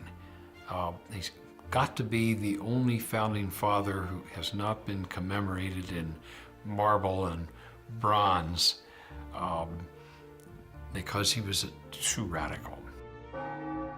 Young Tom Paine had never amounted to much in England, though he had tried his hand at everything. He had been a house servant, a merchant marine, and even a corset maker. In each of these pursuits, he would universally fail. Paine would discover himself in Philadelphia. Like many immigrants, it becomes his blank slate, his chance to start over. It is this same spirit Paine sees in America. Restless, searching, ambitious. The raw makings of a new world, without the burden of kings or powerful churches. It is a vision Paine turns into 46 simple pages, plain enough for every farmer, fishmonger, or founding father to understand. He calls it simply common sense. We have it within our power to begin the world over again. 'Tis not the concern of a day, a year, or an age. Now is the seed time of continental union. Common Sense conjured up a vision of a very democratic America still to be, an America in the making. The pamphlet quickly becomes a sensation, a best-selling how-to book on making revolution. Some say 100,000 copies of this were published. Translate that into population rates today, that would be like selling 20 million books through Amazon or Barnes & Noble. That's an awful lot of communicating. Colonists now contemplate the once unthinkable, breaking with the King of England. Thomas Paine has finally told them what to do. Begin a new world. Begin America.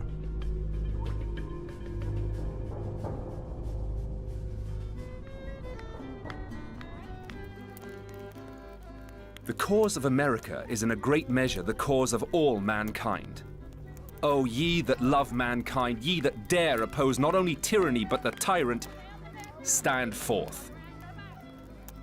The army now swells with citizen soldiers ready to fight for Paine's ideals of a new world. Soldiers like Lieutenant Joseph Hodgkins. My dearest Sarah, I hope Providence will provide for us and carry me through all the troubles we have to meet in the way of our duty and while we are absent from each other. A New England cobbler, 32-year-old Hodgkins had joined the army to protest colonial rule in his town of Ipswich, Massachusetts. Now he is pushing farther from his home, his tiny shoe shop, and his wife, Sarah. I would not have you be uneasy about me. As I'm engaged in this glorious cause, I am willing to go where I am called. Yet these citizen soldiers like Hodgkins present their own problem to General George Washington.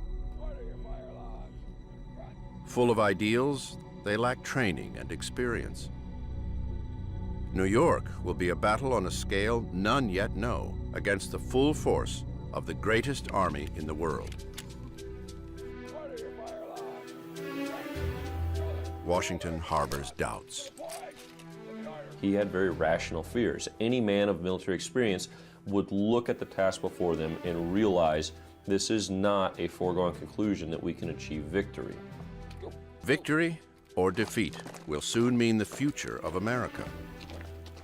The rebellion begun in Massachusetts over taxes is about to become a revolution for independence.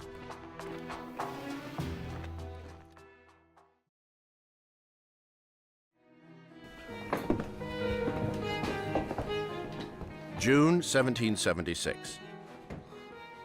The debate over America's political future has been pushed to the forefront.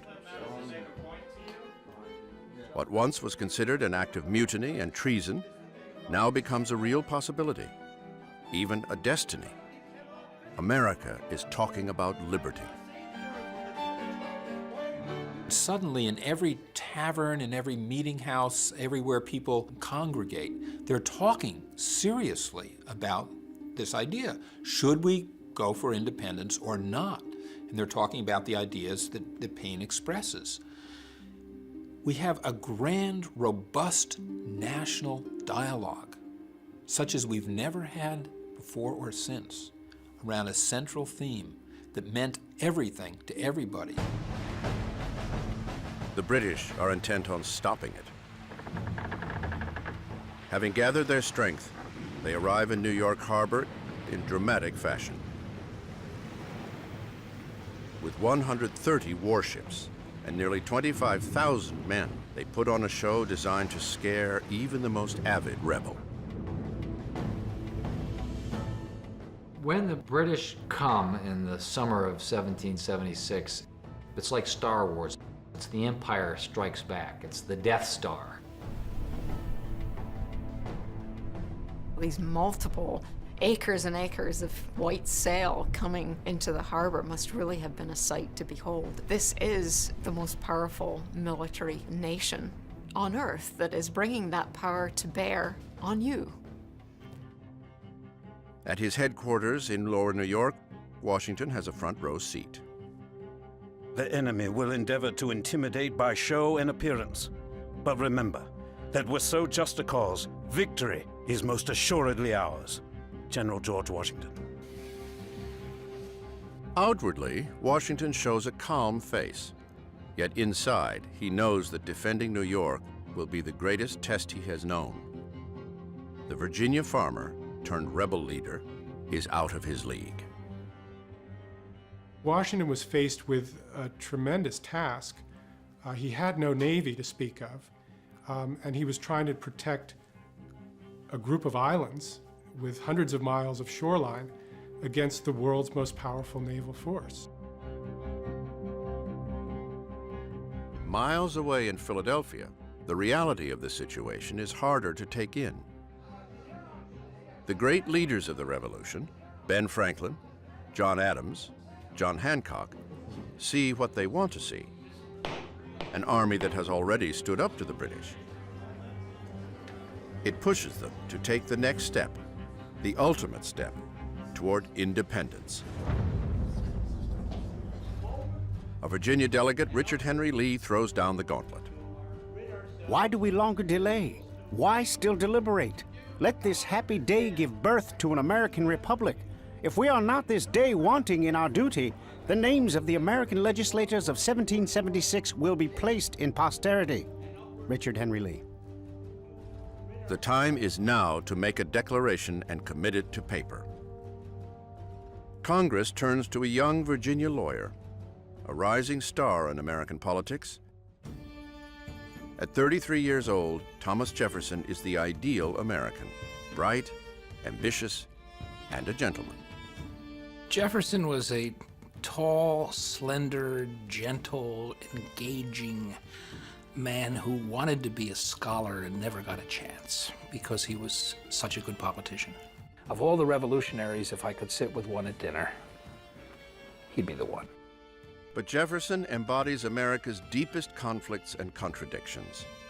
Having grown up on a wealthy Virginia plantation, he inherited aristocratic credentials and the 200 slaves to prove it. Yet Jefferson holds to an ideal America, a place of opportunity for everyone, a place where every American is in charge of his own fate. The child nation is growing up and longs to move beyond the shadow of its parent. But they had grown up and they wanted an independent say about how the laws were made and who governed them. And Jefferson knew all of that. He knew that he wasn't writing anything that was revolutionary in the eyes of his own people, only in the rest of the world. Mid-June 1776. Armed with these notions and a deadline of 2 weeks, Jefferson locks himself into a Philadelphia boarding house. He sat in one room in the July sweltering heat of Philadelphia with the flies buzzing all about him, and he forgot all of that, and he just sat down and he wrote and he wrote and he wrote out of his head. When, in the course of human events, it becomes necessary for a people to advance from that subordination in which they have hitherto remained, the opinions of mankind impelled them to the change. Thomas Jefferson. It is a heady task for a fairly young mind. Every word must contain a reason to die for, every sentence an urgent cause to justify rising up against a king. Think about it, the Declaration of Independence is a terribly radical document. That document says that if the government isn't treating you the way you think it should, and if you suffer this mistreatment over a period of time, you've got the right to rise up and destroy that government, to change it. That's a radical thing to say. But Jefferson soon stumbles over the central question of the Revolution. It hangs in the hot air. Who will become a free American? In Britain, the elite legislated. Now, Jefferson's pen could reinvent all that. Would the new America mean rights for every man, woman, child, and even slave? Who's in and who's out? Who's included? Does this mean everybody? Does this mean only the rich? Does this mean property holders? How far do we go? Who's included in this new nation? We hold these truths to be self-evident, that all men are created equal, that they are endowed by their Creator with certain inalienable rights, that among these are life, liberty, and the pursuit of happiness. Jefferson reaches for the highest ideals, but the contradictions of his words come back to haunt him.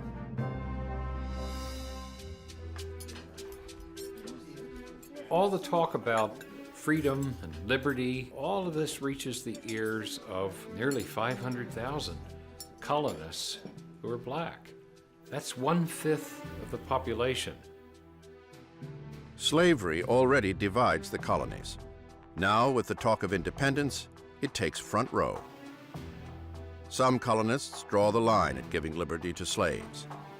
Others bristle at the hypocrisy of fighting for independence while sanctioning slavery. Jefferson himself remains divided. His own slaves watch their fates debated before them. When Thomas Jefferson, incidentally the holder of over 100 slaves at this moment, wrote, "We hold these truths to be self-evident that all men are created equal, endowed by their Creator with certain unalienable rights, and among these are life, liberty, and the pursuit of happiness." You don't think his slaves said, "Right on, John, right, right on, Thomas," that this is precisely what we want. Many slaves choose not to wait. From cities and plantations across America, blacks begin an exodus. They flee. On Washington's plantation, we know that 17 slaves ran. Stephen, 20 years old, a cooper by trade. Deborah, a 16-year-old woman. Peter, an old man. 23 fled from Jefferson. These people had made decisions. What's best for them? Patriot or loyalist didn't really matter. What's my best bet? What does a man like Jefferson make of this? When the slaves flee? Well, it throws in his face the notion of the enlightened slave master. And it comes upon him with great force, I think, if it hadn't before. That there's a fundamental contradiction in this whole revolution project between fighting for unalienable rights and holding slaves. He knew that. Jefferson takes aim at slavery with scathing indictments of its wrongfulness. He puts them in his draft, yet falls short of calling for the end of slaveholding. Major battles are looming. Compromises must be made. In Philadelphia, his draft will soon be thrown to the varied interests in Congress. They will tear it apart. While in New York, the Continental Army prepares to put its life on the line for the dream of independence.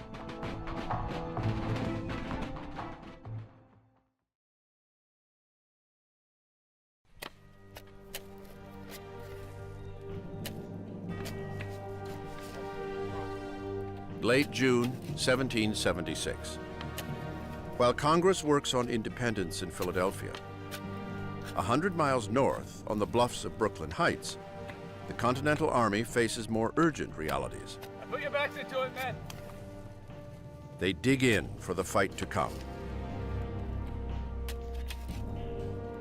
Every day they expect an attack.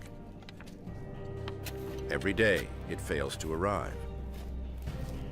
Lieutenant Joseph Hodgkins oversees the building of fortifications. But he grows tired of waiting. My dear Sarah, I long to see you and my children, but when I shall is uncertain. General Washington is calling in the militia, and I hope we shall be in readiness to meet our enemy. Joseph Hodgkins. While the Americans build fortifications, the British continue to pour into their camp on Staten Island. Throughout the summer, their force swells as the king sends more ships with more troops. Washington watches and waits. The impeccably cool gentleman from Virginia remains perplexed by the British, who gather strength but show no sign of attacking. Day after day, week after week, he can only sit and wonder. Very unexpectedly to me, another revolving Monday is arrived before an attack upon this city, or a movement of the enemy. The reason of this is incomprehensible to me. General George Washington. The flotilla of British ships bobs just off the tip of Manhattan, waiting for even more reinforcements, biding their time, wearing down rebel nerves. What Washington needs is a navy to stand up to the Goliath of the British Empire. What he gets is a slingshot, a tiny concept he hopes will have a huge impact. Its codename, the Turtle. It's the world's first combat submarine, designed to harass the world's mightiest navy. Made of oak, covered in tar, the tiny craft fits just one person. With a bicycle-like method, the engineer propels the vessel underwater. With a drill, he will fasten kegs of gunpowder and a fuse to his victim's hull. But the simple weapon is not simple enough. The Turtle will be used only once during the Battle of New York. At night, she sneaks up on the British flagship, the Eagle. But fastening the explosives to the hull proves too difficult. The Turtle is forced to make a hasty retreat, spotted and pursued by British longboats. The keg of gunpowder, the erstwhile torpedo, floats down the Hudson River, where it goes off by itself, harmlessly. A giant column of water shot up as the bomb went off, and people on the shores were looking on in astonishment. But that was the end of the experiment. It will be words, not bombs, that deliver Britain the strongest blows. July 1st, 1776. A draft of the Declaration is delivered to Congress. The delegates immediately tear into it.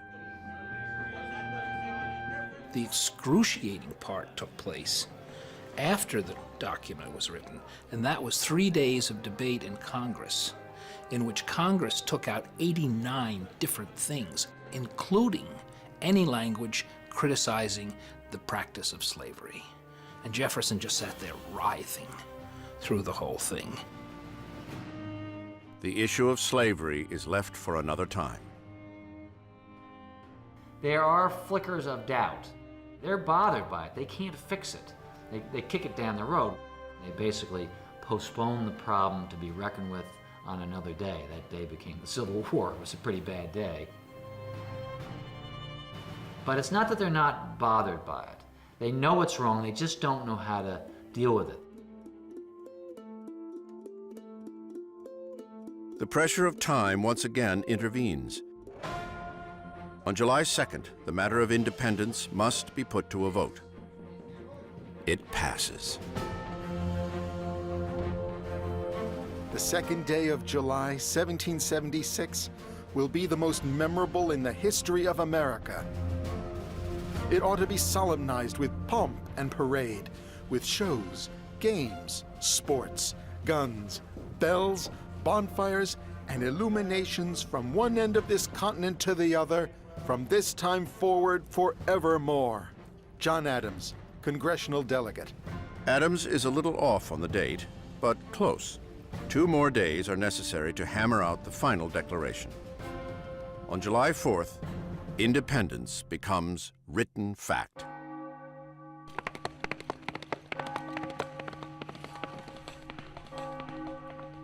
Within days, copies travel by horseback throughout the colonies. No one had set out to create a war of independence, yet they had delivered one. In the town squares all over the country, church bells were ringing and people were huzzahing. The crowd was applauding. People really did believe the birthday of a new world is at hand. These united colonies are, and of right ought to be, free and independent states, absolved from all allegiance to the British Crown. All political connection between them and the state of Great Britain is and ought to be totally dissolved.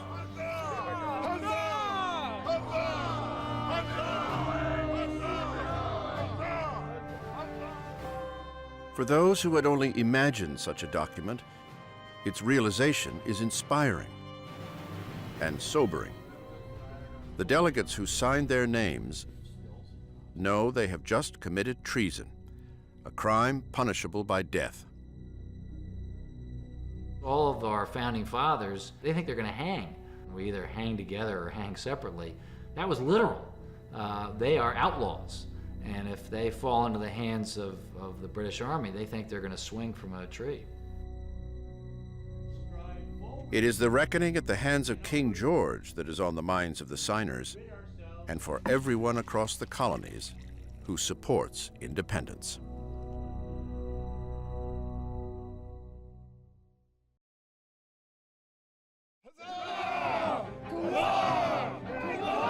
July 1776. Across the colonies, the reaction to the Declaration of Independence is deafening. For it or against it, it's clear that there is no turning back. It is a war that will make or unmake America. The Declaration of Independence does change what the war is about. Up until that moment, the war had just been about forcing the British into a point where they'd be prepared to renegotiate the terms of membership in the empire. But after that moment, it's about getting the British to acknowledge independence. In New York, patriots pulled down a statue of King George. It is a symbolic deed, but a useful one too. The lead is immediately sent off and melted down to make musket balls. 42,000 bullets will come out of fallen King George, and every one of them will be necessary. The battle they have been waiting for has arrived. July 12th, 3 p.m. The British unleash their guns. Only 8 days after the Declaration of Independence, the British answer with a barrage only the world's most powerful empire could muster.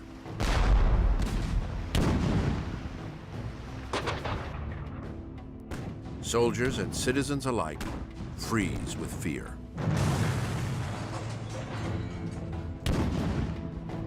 A lot of these soldiers were 16, 17 years old, fresh off the farm. Some of these American soldiers were drunk, in their cups, as the expression was. And so it was really kind of a disaster and a really inauspicious beginning to the battle for New York for the Americans. George Washington is furious.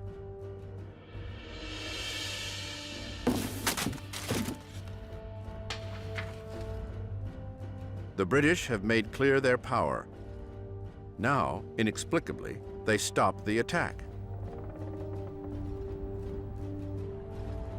As quickly as the barrage comes, it ends. It is merely a show of force, a scare tactic by the British commander, General William Howe. In fact, Howe's goal was not to win. It was to force the Americans to a conference table. It wasn't about inflicting crushing military defeat. It wasn't about humiliating the colonists. It was about showing them that British liberty was something worth having. The British, having amply displayed their might, now counter with an invitation to talk peace. But Howe makes a small, yet costly, miscalculation. The message he sends is addressed simply to George Washington, a breach of protocol that is instantly recognizable. The British are in a very difficult position. If they address the latter as His Excellency George Washington, Commander-in-Chief, they're effectively recognizing the legitimacy of the Continental Army. For Washington, this is a critical thing. He needs to be recognized. They are equals, after all. Howe commands an army, Washington commands an army. The messenger and his various letters is rebuked several times.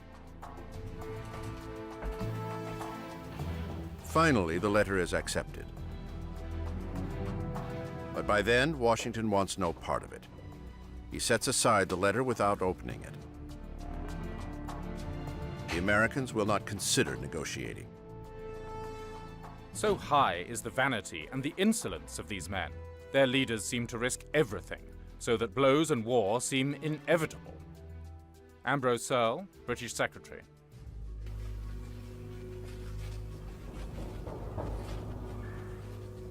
August 12th, 1776. There will be no peace. Instead, the Continental soldiers will have to deliver America by war. The British might will soon return, but when and where remain a mystery. Joseph Hodgkins redoubles his efforts. My dear Sarah, the posts are not going as quickly as I expected. It is thought this fleet will get all the strength they can before they make an attack on us. But we are awaiting and expecting them every day. Joseph Hodgkins. This will be a different scale of warfare than these soldiers have ever known. On the eve of battle, some sit down to prepare their wills, aware that their first real battle with the British may also be their last.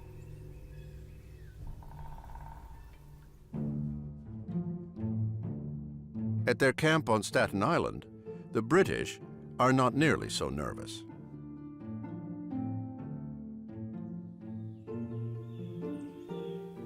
Sure that victory is near, they bide their time enjoying the fruits of the American continent. The fair nymphs of this isle are in wonderful tribulation, as the fresh meat our men have got here has made them as riders as satyrs. A girl cannot step into the bushes to pluck a rose without running the most imminent risk of being ravished. Lord Rawdon, British officer.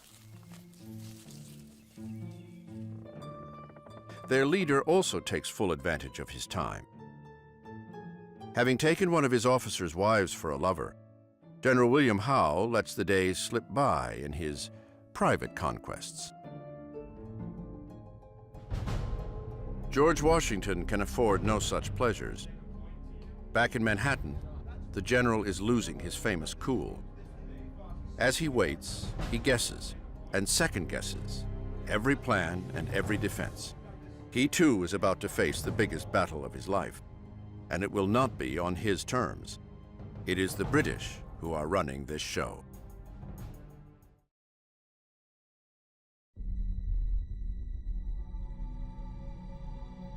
Late August, Long Island, D-Day.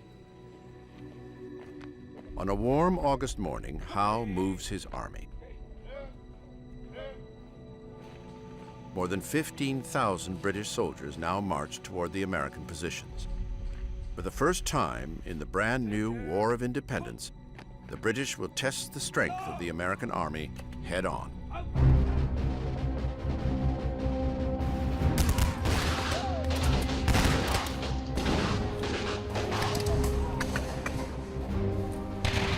The British attacked first, with 2 columns taking the Continentals in a frontal assault.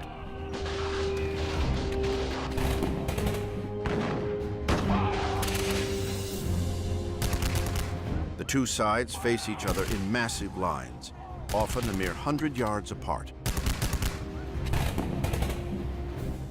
They gave everybody a couple of tots of rum just to get them liquored up enough to do this. And the Americans didn't have that discipline. They didn't know it. This is European-style warfare. For nearly all the Continentals, it is their first taste of it. A person in the 20th or 21st century looks at those linear battle formations of the 18th century as they seem to be struck by the stupidity of these things. But really, these tactics and these formations are predicated upon the state of technology at the time.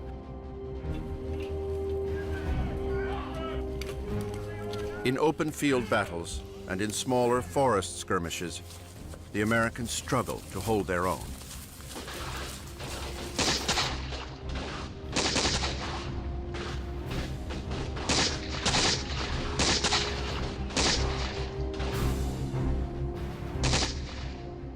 What they don't know is that they are fighting a decoy. The bulk of Howe's army is actually a third flank, marching out and around the American forces. Washington has not prepared for this. By 10 a.m., the British break through the rear ranks and devastate the lines of the Continental Army. The worst possible thing that can happen in those situations is to have a complete rupturing of your line, a complete break in which men panic and everybody flees basically for themselves. It is, without a doubt, the most demoralizing, disheartening sort of experience that these soldiers could have possibly felt. The rebel army, in a state of panic, flees. Among them, the young Lieutenant Joseph Hodgkins. He watches his soldiers break, a sight he will never forget. Loving wife, in the woods and in the night, the enemy marched out 2 different ways. We were obliged to go through fire and water. It seems the day is come that in all probability depends the salvation of this country. Joseph Hodgkins.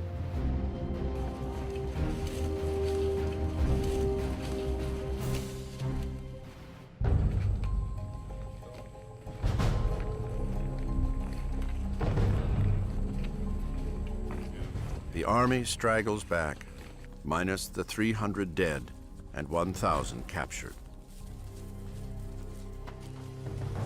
George Washington watches in shock. His army had not withstood the battle. He had failed, and the danger is far from over.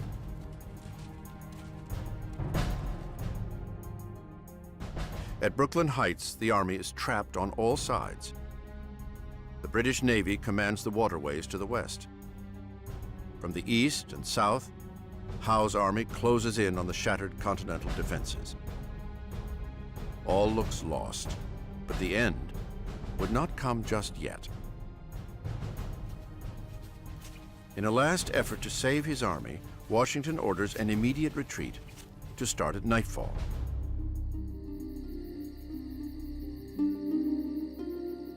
Under the cover of darkness, the army begins to move, stealthily, using every ferry and fishing boat available to them.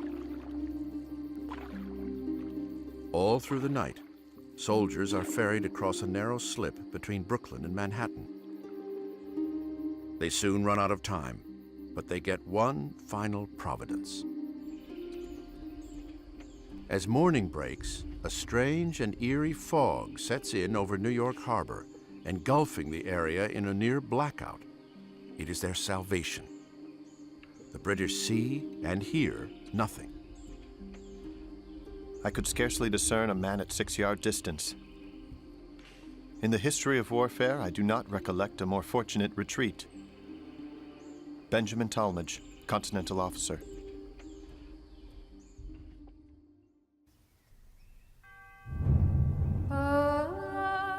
When the fog lifts, the British are met with an empty camp. The Continental Army, just hours before on the verge of defeat, has vanished overnight.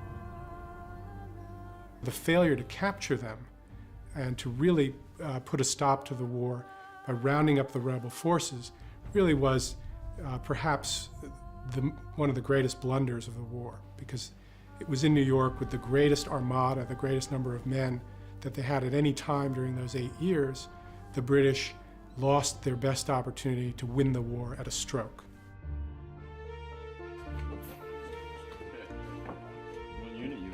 The remains of the rebel army recuperate.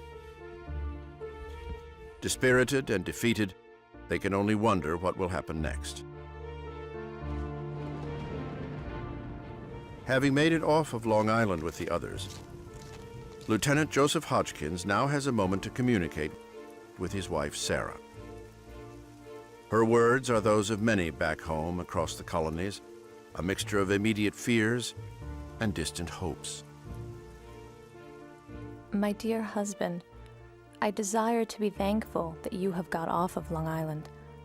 I think things look very dark on our side, but it has been observed that man's extremity was God's opportunity. Sarah Hodgkins.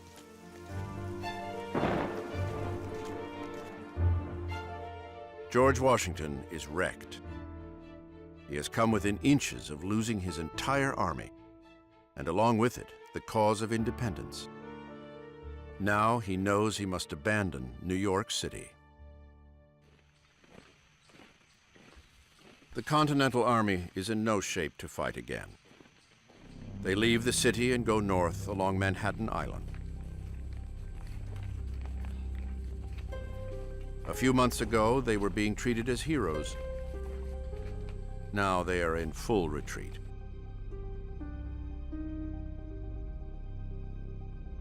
Washington's reputation has plummeted too. His inexperience and mistakes had been costly. His ability to lead an army is now severely in question. Soon, he will receive challenges from within his own ranks.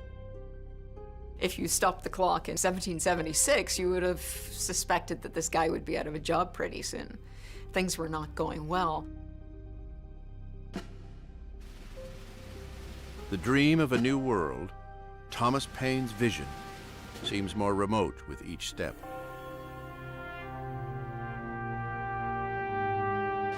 Across America, spirits are depleted. Many soldiers up and leave the army. Others, like Joseph Hodgkins, face the choice: stay and fight, or return to their homes, perhaps as British subjects evermore. My dear Joseph, I hope if we live to see this campaign out, we shall have the happiness of living together. It will trouble me very much if you should engage again. Your most affectionate companion until death, Sarah. Hodgkins will stay and retreat with the remains of the army toward an uncertain future for himself, for the army, and for the cause of independence. The revolution will go on, but it is about to enter its darkest days.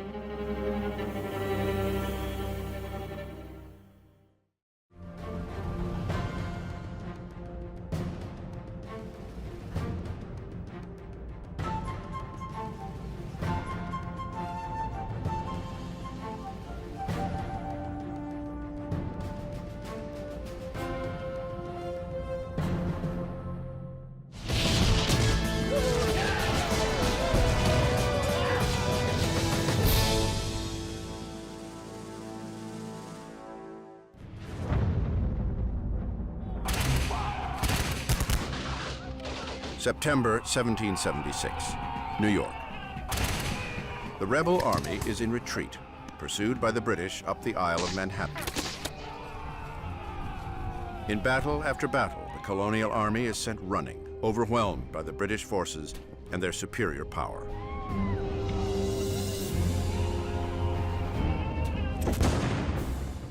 The two sides engage at Kips Bay, then up Manhattan at Harlem Heights, and again north in White Plains.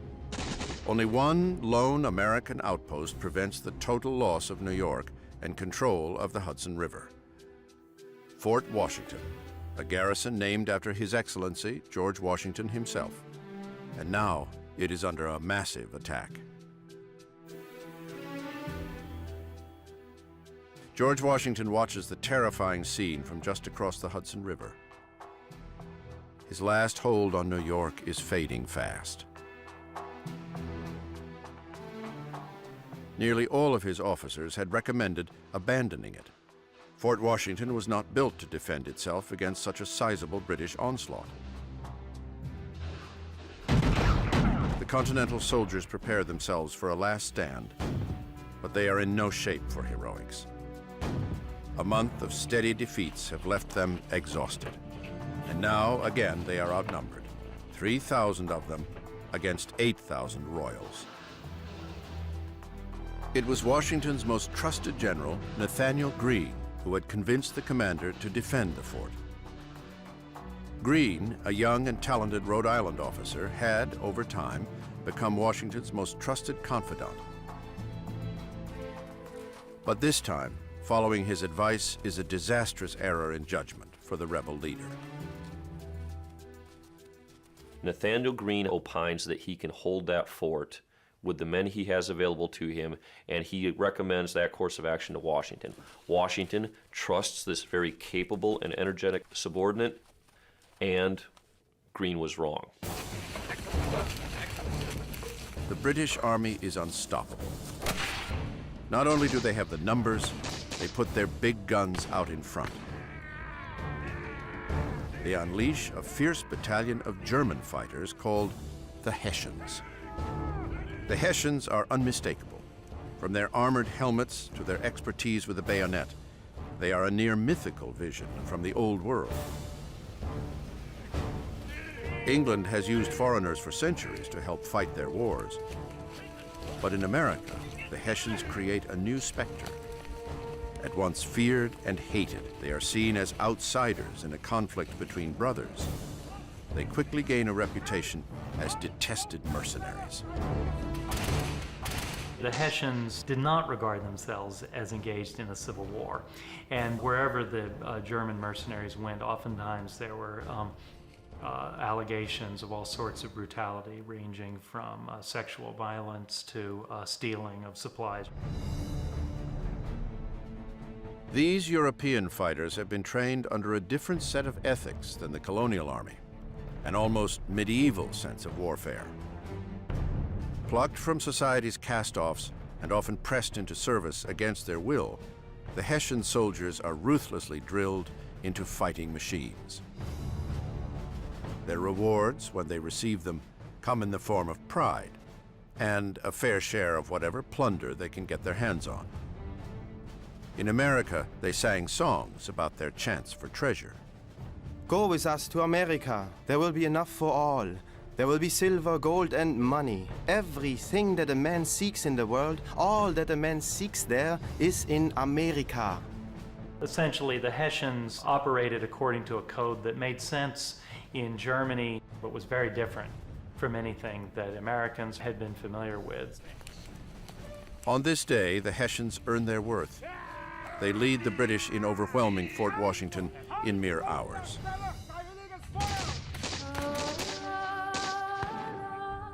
By afternoon, the rebels lay down their weapons.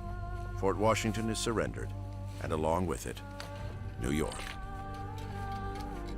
The two sides now face each other up close. The King's army and their hired warriors get their first chance to gaze upon the faces of the exhausted rebel army they have pursued for months. It is a sight that leaves them shocked. A great many of them were lads under 15 and old men, and few of them had the appearance of soldiers. Their odd figures frequently excited the laughter of our soldiers. Captain Frederick Mackenzie, British officer. The King's men had been fighting a wretched army, a band of citizens with little training. As the smoke clears over the dead and wounded, an amazing sight takes both sides by surprise. A young woman sits by her dead husband's side, but she had not been an idle bystander.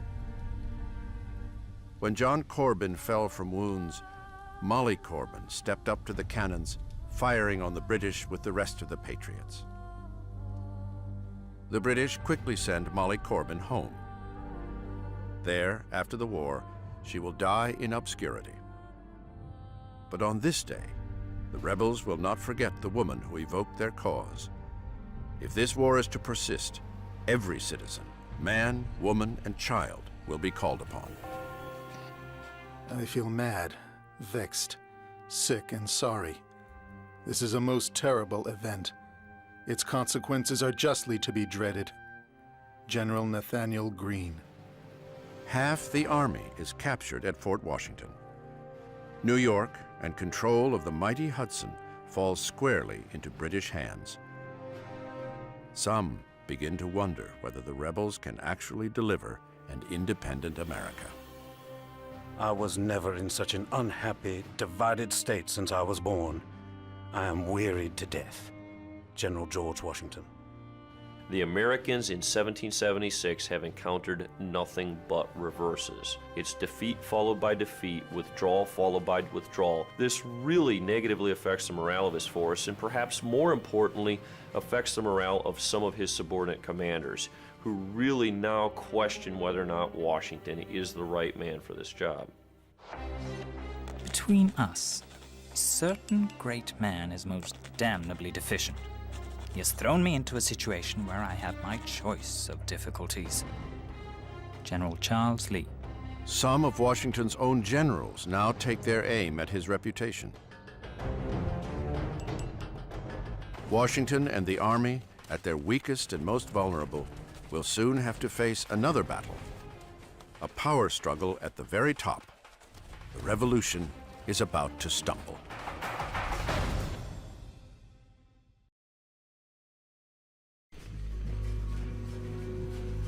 November 1776.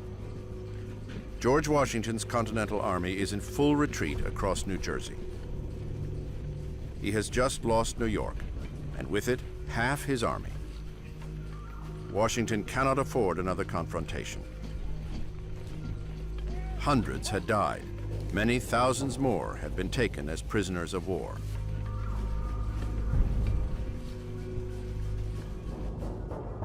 Enemy captives are not something the British had planned for in this rebellion. Now they are forced to confront the problem. After the defeat in New York, the British find themselves holding more American prisoners than they know what to do with. And so they're going to use the Sugar Hut and a number of other large structures that can quickly be made secure. They're also going to use prison ships. Of all the places of internment, the ships quickly become the most notorious. Thousands are thrown into the holds of decommissioned warships. There, with inadequate food, hygiene, and air, disease runs rampant. Starvation is common.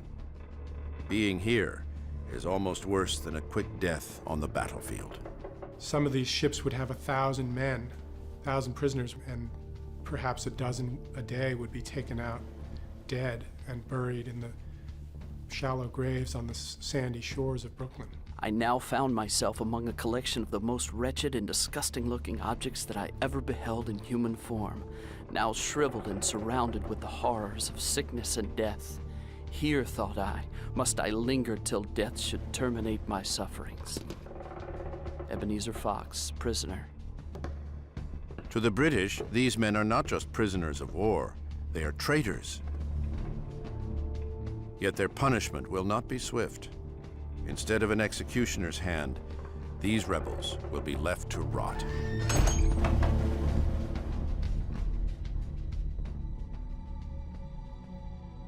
Along Washington's retreat, there is no time for sympathy. No one knows what lies ahead for them. It is a minor consolation that they have become experts in at least one aspect of the military. I can only say that no lads ever showed greater activity in retreating than we have. Our soldiers are the best fellows in the world at this business. Colonel Samuel Webb, Continental Officer. With retreat comes more recrimination, this time from within Washington's own ranks. General Charles Lee is among those who revel in Washington's failures and secretly scheme against him. In late November of 1776, Lee steps up his campaign for the commander's job. Like Washington, Lee is ambitious for glory, but their similarities end there. Where George Washington has a famous grace, Charles Lee has an infamous coarseness. He was a slob. He didn't wash. He always had a pack of dogs going everywhere with him. He consorted with low women. He was not a gentleman. A corporal's wife would be his preference. Yet as a general, his prowess is undeniable, even intimidating. He had, after all, learned his skills in the best army in the world, the British.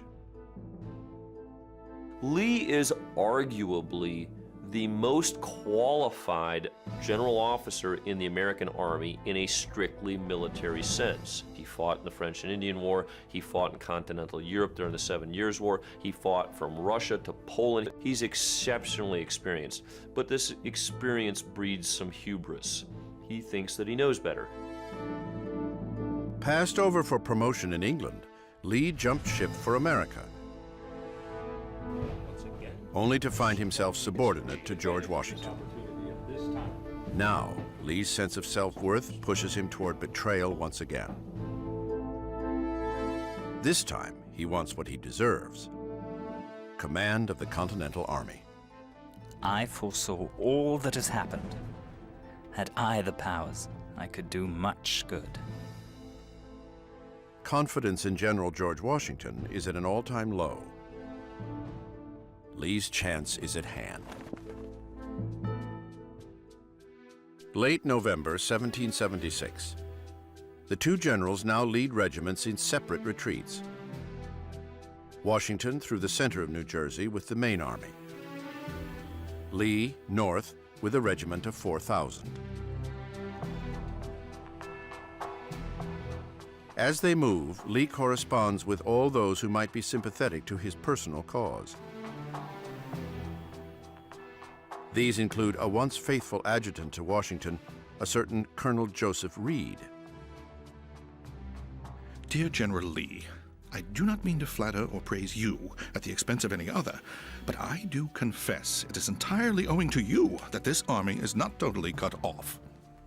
Reed, too, encourages a change in leadership. We are in an awful and alarming situation. I think yourself and some others should go to Congress to form the plan of the new army. Joseph Reed. Charles Lee has just such ambitions, and lets many in Congress and the Army know it. Only George Washington himself remains unaware of the plot at hand. That is about to change. Washington, by accident, opened a letter from Charles Lee to Joseph Reed, and it was clear that the two men had been discussing Washington's fatal indecision of mind. My dear Reed, I lament with you that fatal indecision of mind, which in war is a much greater disqualification than stupidity, or even want of personal courage. Eternal defeat must attend the men of the best parts, if cursed with indecision. General Charles Lee. Washington's response was to write to Reed and say, I opened this by accident. I thought it was official business, and to just try to smooth it over. I think all of these moments really just highlight the extraordinary kind of equilibrium that he maintained. Washington lets it pass, but he can have no doubt that his own power is weakening. His errors in New York are becoming widely known, and those who once threw their support behind him, the Army, and the cause of independence are now compelled toward doubt. A sense of doom gathers across America. Washington is devastated by his defeats. This public relations disaster means that the people don't support the Army. They're back to maybe we should, maybe we shouldn't try a revolution. It is the opportunity the British have been waiting for. Into this vacuum of power and the flagging spirit for rebellion, they issue a proclamation. They offer leniency to those who pledge allegiance to the king. Those who will not shall be considered traitors. Every American had to choose. Do I support the Patriots? Do I support the Loyalists? Is there any neutral ground between them? How do you make this choice? People are not only making this choice according to their political beliefs or whether they, really respect the king or not. They're often making this choice according to what's best for them. The soul of the revolution is now up for grabs. Who will come out ahead? General Charles Lee, George Washington, or the British Army? What each does next will determine the outcome.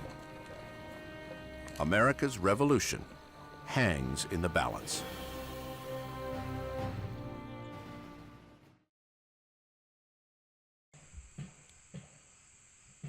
December 1776. British are gaining control of New Jersey, yet they find a populace unwilling to support them. With their massive army, food and supplies are critical to their efforts. Out of need and a hint of vengeance, the British turn to more forceful methods.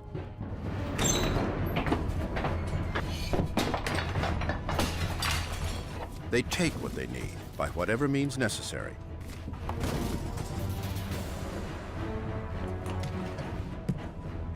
It is a bitter taste of what America might look forward to under full British military occupation.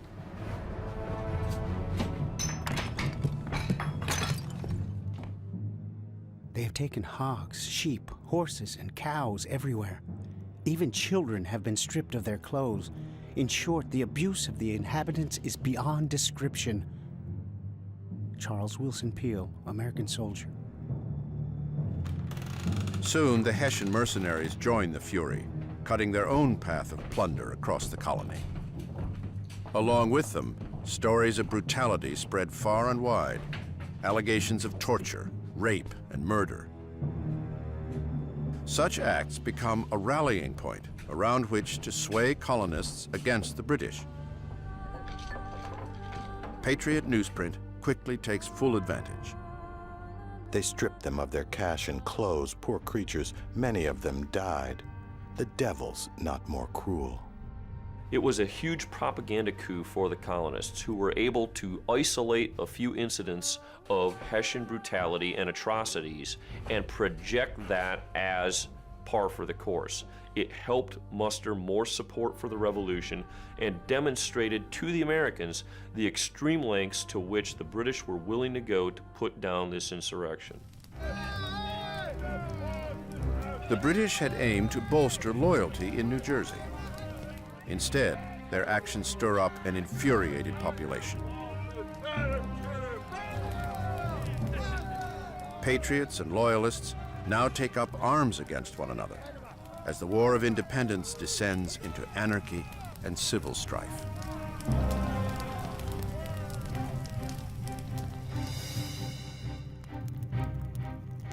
Washington can sense the mounting chaos. Both sides, loyalist and patriot, seem to have given up on the cause of the revolution. As Washington flees across New Jersey and people are unwilling to help him, he fully realizes that this revolution might be over. He's a commander-in-chief of an army that has shrunk drastically. He's on the run with the enemy on his heels. Congressmen write their wives and their friends letters saying that the game is just about up. They're fearful that this war is shortly going to be over. Washington turns his focus toward Philadelphia, around which he will try to build a defense. But General Charles Lee's troops are still 50 miles north.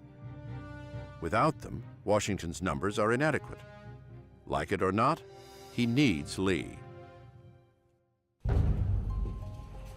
Lee has other plans, and they don't include helping Washington.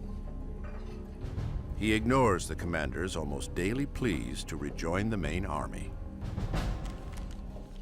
December 1. Dear Sir, the enemy are advancing, and from information not to be doubted, mean to push to Philadelphia. I must entreat you to hasten your march as much as possible, or your arrival may be too late to answer any valuable purpose. General George Washington. Technically, Washington could have ordered Charles Lee to do what he wanted. Dear Sir, having wrote you fully both yesterday and today of my situation, you will readily agree that I have sufficient cause for my anxiety and to wish for your arrival as early as possible. Perhaps Washington thought that with a loose cannon like Lee, perhaps the best way was not force, but to cajole him into seeing things the same way.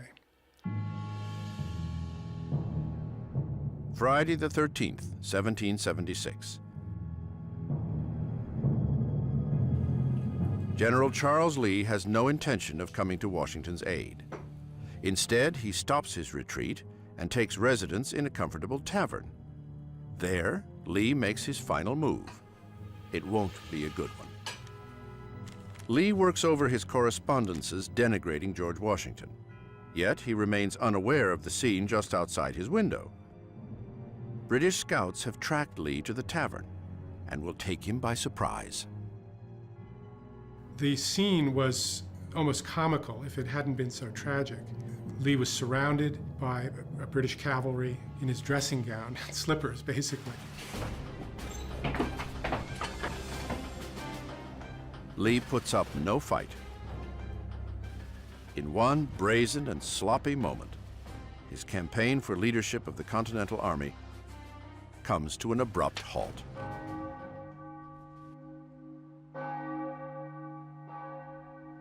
London celebrates the capture. The traitor Lee, some say, is the only rebel general they had cause to fear. Even the stock market goes up on the belief that this is the coup that will end the war. But Washington is not so easily fazed. A political rival out of the way, and his absent troops now marching toward him, Washington regains his sense of mission. His own officers, like General Nathaniel Greene, take notice. His Excellency, George Washington, never appeared so much advantage as in the hour of distress.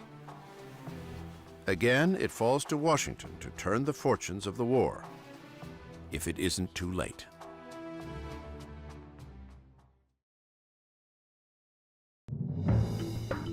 New Jersey is now a battlefield, not only for the two armies, but for the colonists themselves. Amidst the tension, citizens weigh their loyalties.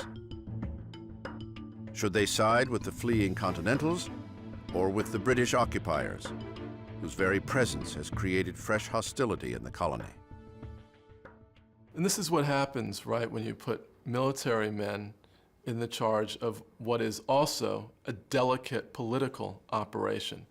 And in this respect, I think one has to be a little sympathetic to the British government. Putting down an anti-imperial, anti-colonial uprising is not something anyone had much experience with in the 18th century. As winter sets in, both sides retrench. The British occupy more of New Jersey by spreading smaller units throughout the territory. Washington, meanwhile, escapes into Pennsylvania, where he hopes to prevent an attack on Philadelphia, the seat of Congress. Mid-December 1776. The mood of despair has crept into his own soldiers as well. Many simply decide it is time to go home. Faith in the revolution is falling as fast as the temperature. It's been a wretched year for them. Conditions have been harsh. Smallpox has broken out in the army. That's in addition to the other camp diseases that ravage the army at regular intervals. Militarily, things have been disastrous. There's not a lot of incentive for them to stay. One man watches in horror. Thomas Paine had joined Washington's army as one of the Revolution's first war correspondents. Now, the young author of Common Sense, who helped spark independence only a year earlier, knows he must once again take up his pen. This time, he will not aim his words at the enemy, but directly at the hearts of American patriots. These are the times that try men's souls. The summer soldier and the sunshine patriot will, in this crisis, shrink from the service of his country. Thomas Paine.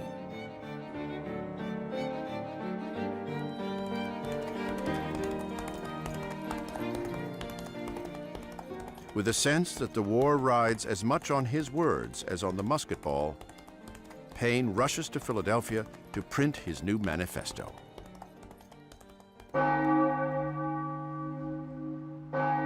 There, Paine finds his hometown in chaos. Fear and rumor are spreading like a virus. citizens are convinced that Washington's forces won't be able to defend Philadelphia. In response, people flee. A steady stream of Philadelphians take their belongings and head elsewhere, leaving their empty homes and closed-up shops to the British, if they should come. The citizens are not alone. Continental Congress and all its members have evacuated too, heading further south to Baltimore. Against this backdrop, Thomas Paine gets to work. In a span of 10 days, the young author and printer, the man who arrived in America only a few years ago full of hopes to begin a new world in these raw colonies, sets his thoughts to print. He titles it American Crisis. As quickly and widely as common sense had spread, so too does this book. It begins to work its magic instantly. What we obtain too cheap, we esteem too lightly. And it would be strange indeed if so celestial an article as freedom should not be highly rated. Thomas Paine. This was really the low point for the Americans. Washington's reputation was really at stake. And with that reputation, the ability to round up fresh recruits for the army. So it was a really do or die moment in New Jersey.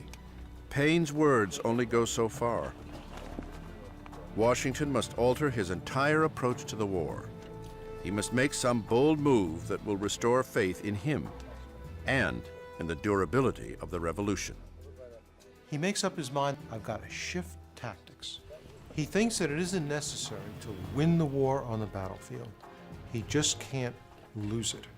The most important thing is to keep the army together. At the same time, back home, convincing the mothers and wives and children of British soldiers that the cost of this war is too high in deaths, casualties, and for Parliament too, in money. For the British commander, William Howe, things are not going as planned. The occupation of New Jersey has spread his forces thin. In London, people are asking why the war is not yet won. He needs time to think. Howe has his army dig in for the winter. To guard against rebel attacks, he places Hessian forces at key junctions along the Delaware River, places like Burlington and Trenton. As the cold sets in, the British expect to catch their breath before the next season of fighting begins. Howe's command along the Delaware River falls to Hessian Colonel Johann Rall. Rall has been on constant alert, but now, holed up in Trenton, he is finally beginning to relax. An attack is unlikely as the weather turns grim, and a blizzard blows outside his window. Rall lets his guard down and waits for reinforcements, due any moment.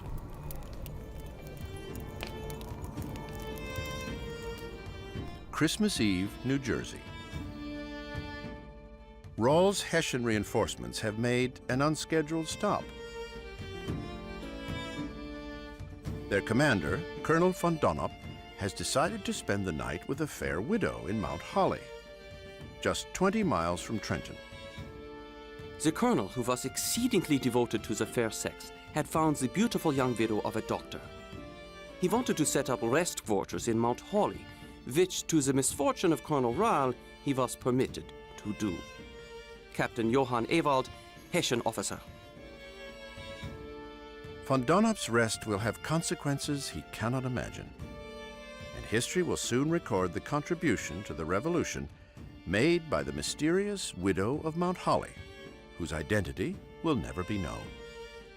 Some believe she may have been Betsy Ross, the future creator of the American flag.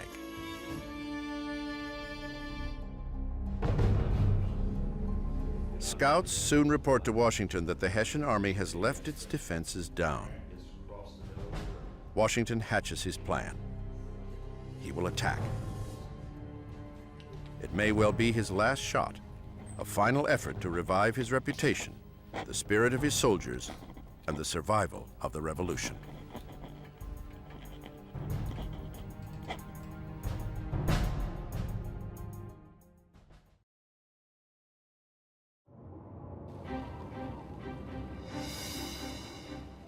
In the last cold days of 1776, Washington prepares his army for what may be the final gambit in the War of Independence. Few believe he can still be victorious. His own soldiers regularly leave the army as their commissions come up. An urgency creeps into everything and everyone. We are all of the opinion, my dear General, that delay is now equal to a total defeat. Some enterprise must be undertaken in our present circumstances, or we must give up the cause. Joseph Reed, Continental Officer. By the time Christmas of 1776 approaches, everything has bottomed out. His army has shrunk to only about 5,000 men. He's lost the support of a lot of the people, and all appears to be lost. It truly is a do-or-die situation. Washington makes a bold decision. He will strike the enemy at Trenton. On Christmas Day, Washington tells his army to prepare. After months of defeat and loss, they understand his purpose. The army will now take the offensive. They will be crossing the Delaware back to New Jersey. Shortly before departing, Washington has American Crisis read aloud. Let it be told to the future world that in the depth of winter, when nothing but hope and virtue could survive, that the city and the country, alarmed at one common danger, came forth to meet and to repulse it. Time hath found us. Thomas Paine. It will be a monumental task. Washington's men must ford a near-frozen river in a blizzard and get across fast enough to take the enemy before dawn by surprise.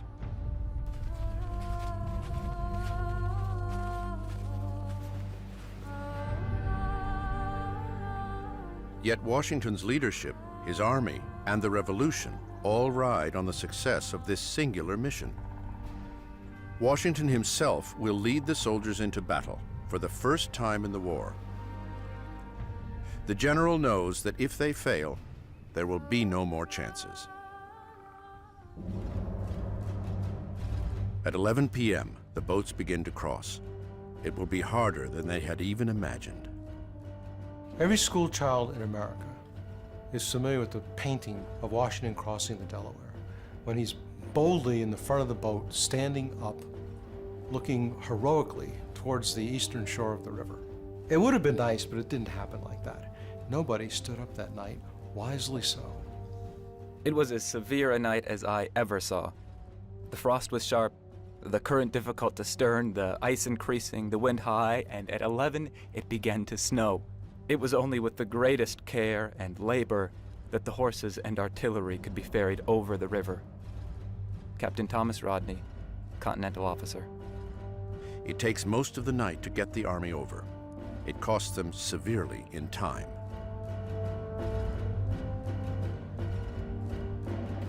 As dawn approaches, this surprise attack on the Hessian forces at Trenton grows nearly impossible. For a moment, Washington considers turning back. It made me despair of surprising the town, as I well knew we could not reach it before the day was fairly broke. I determined to push on at all events. General George Washington. 5 a.m. The weather worsens and the temperatures drop even further. The soldiers, some with only rags on their feet, begin to succumb to the elements. I was so benumbed with cold that I wanted to go to sleep. Had I been passed unnoticed, I should have frozen to death without knowing it. But as good luck attended me, Sergeant Madden came and made me walk about. John Greenwood, Continental Fifer. Not all are so lucky. 2 soldiers lay down in the snow, never to get up again. The others press on.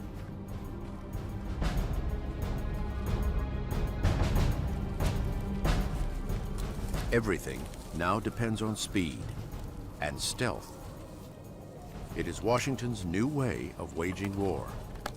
If he's victorious, fine. If he's defeated, escape as fast as you can and keep your army together. Move fast. Sneak attacks, surprises, midnight escapes, any trick a magician could pull out of his hat. That's how he's got to fight. Washington had learned his lessons the hard way. Now he will change the rules.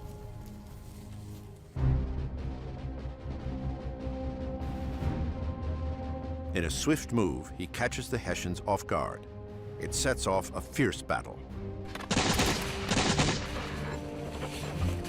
Hessian soldiers scrambled to grab their muskets and meet the enemy.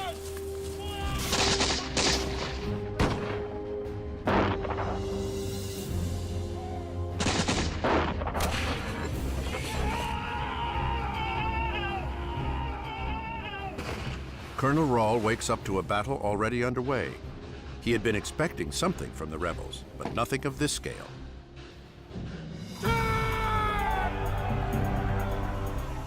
Nor is this the same army the Hessians once met in New York.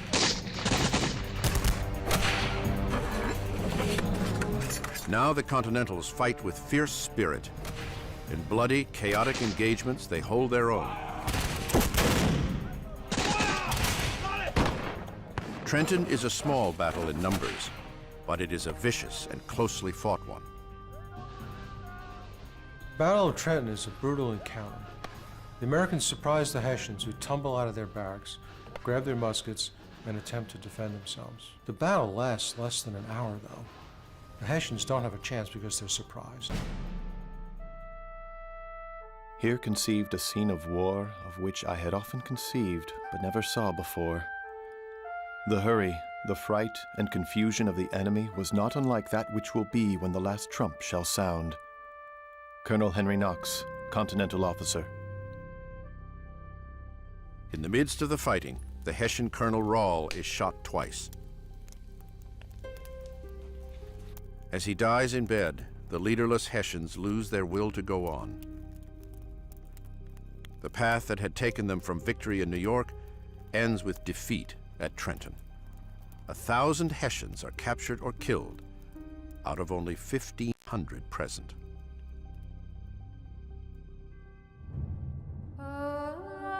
It is Washington's day. Trenton sends a resounding message. The Continental Army is back, and Washington is their undisputed leader. In a year of hardships and loss, he has now learned how to fight this war. Trenton illustrates the genius of George Washington. Here is an opportunity to strike the enemy where he's weak, when he's weak. This is going to establish the pattern for the rest of the war, in which the Continental Army will always live to fight another day, pick low-hanging fruit, frustrate the British, and continue to provide a thorn in the side of the different British commanders. Yet Washington faces one more challenge before 1776 is over.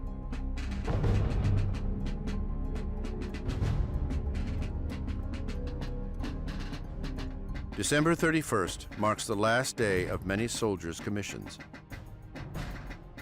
Many, if not all, are eager to return to their citizen lives. At the end of December, a lot of enlistment terms run out. Those men want to go home. He goes back onto the field, and he tells them, as heartfelt as he can, that you've done everything that America could ask of you. You've risked your lives, you've been in fierce encounters, and now I'm asking you to do it just one more time. And he waits, and nobody moves. The men have given all they can. Now it is Washington's turn. To anyone who will re-enlist, Washington makes an offer of an additional $10 pay, more than a month's salary. My brave fellows, you have done all I have asked you to do, and more than could be reasonably expected.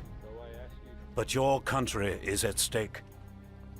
We know not how to spare you. General George Washington.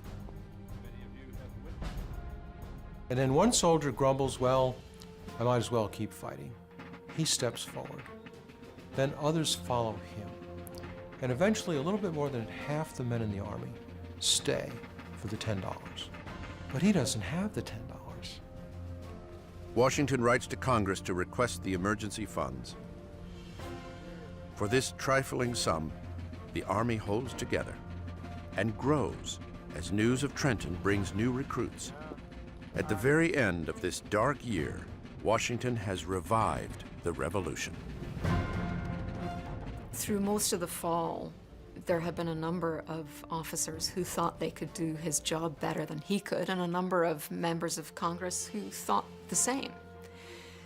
That changes after Trenton. That criticism evaporates, at least for a while. And it seems that the tide has turned. At least the army is going to continue to exist. And the army is the revolution. 1776, the year America is born, and a grueling test for the new nation. Liberty is embraced, and then very nearly lost. Washington has saved the revolution, but the biggest battles still lie ahead.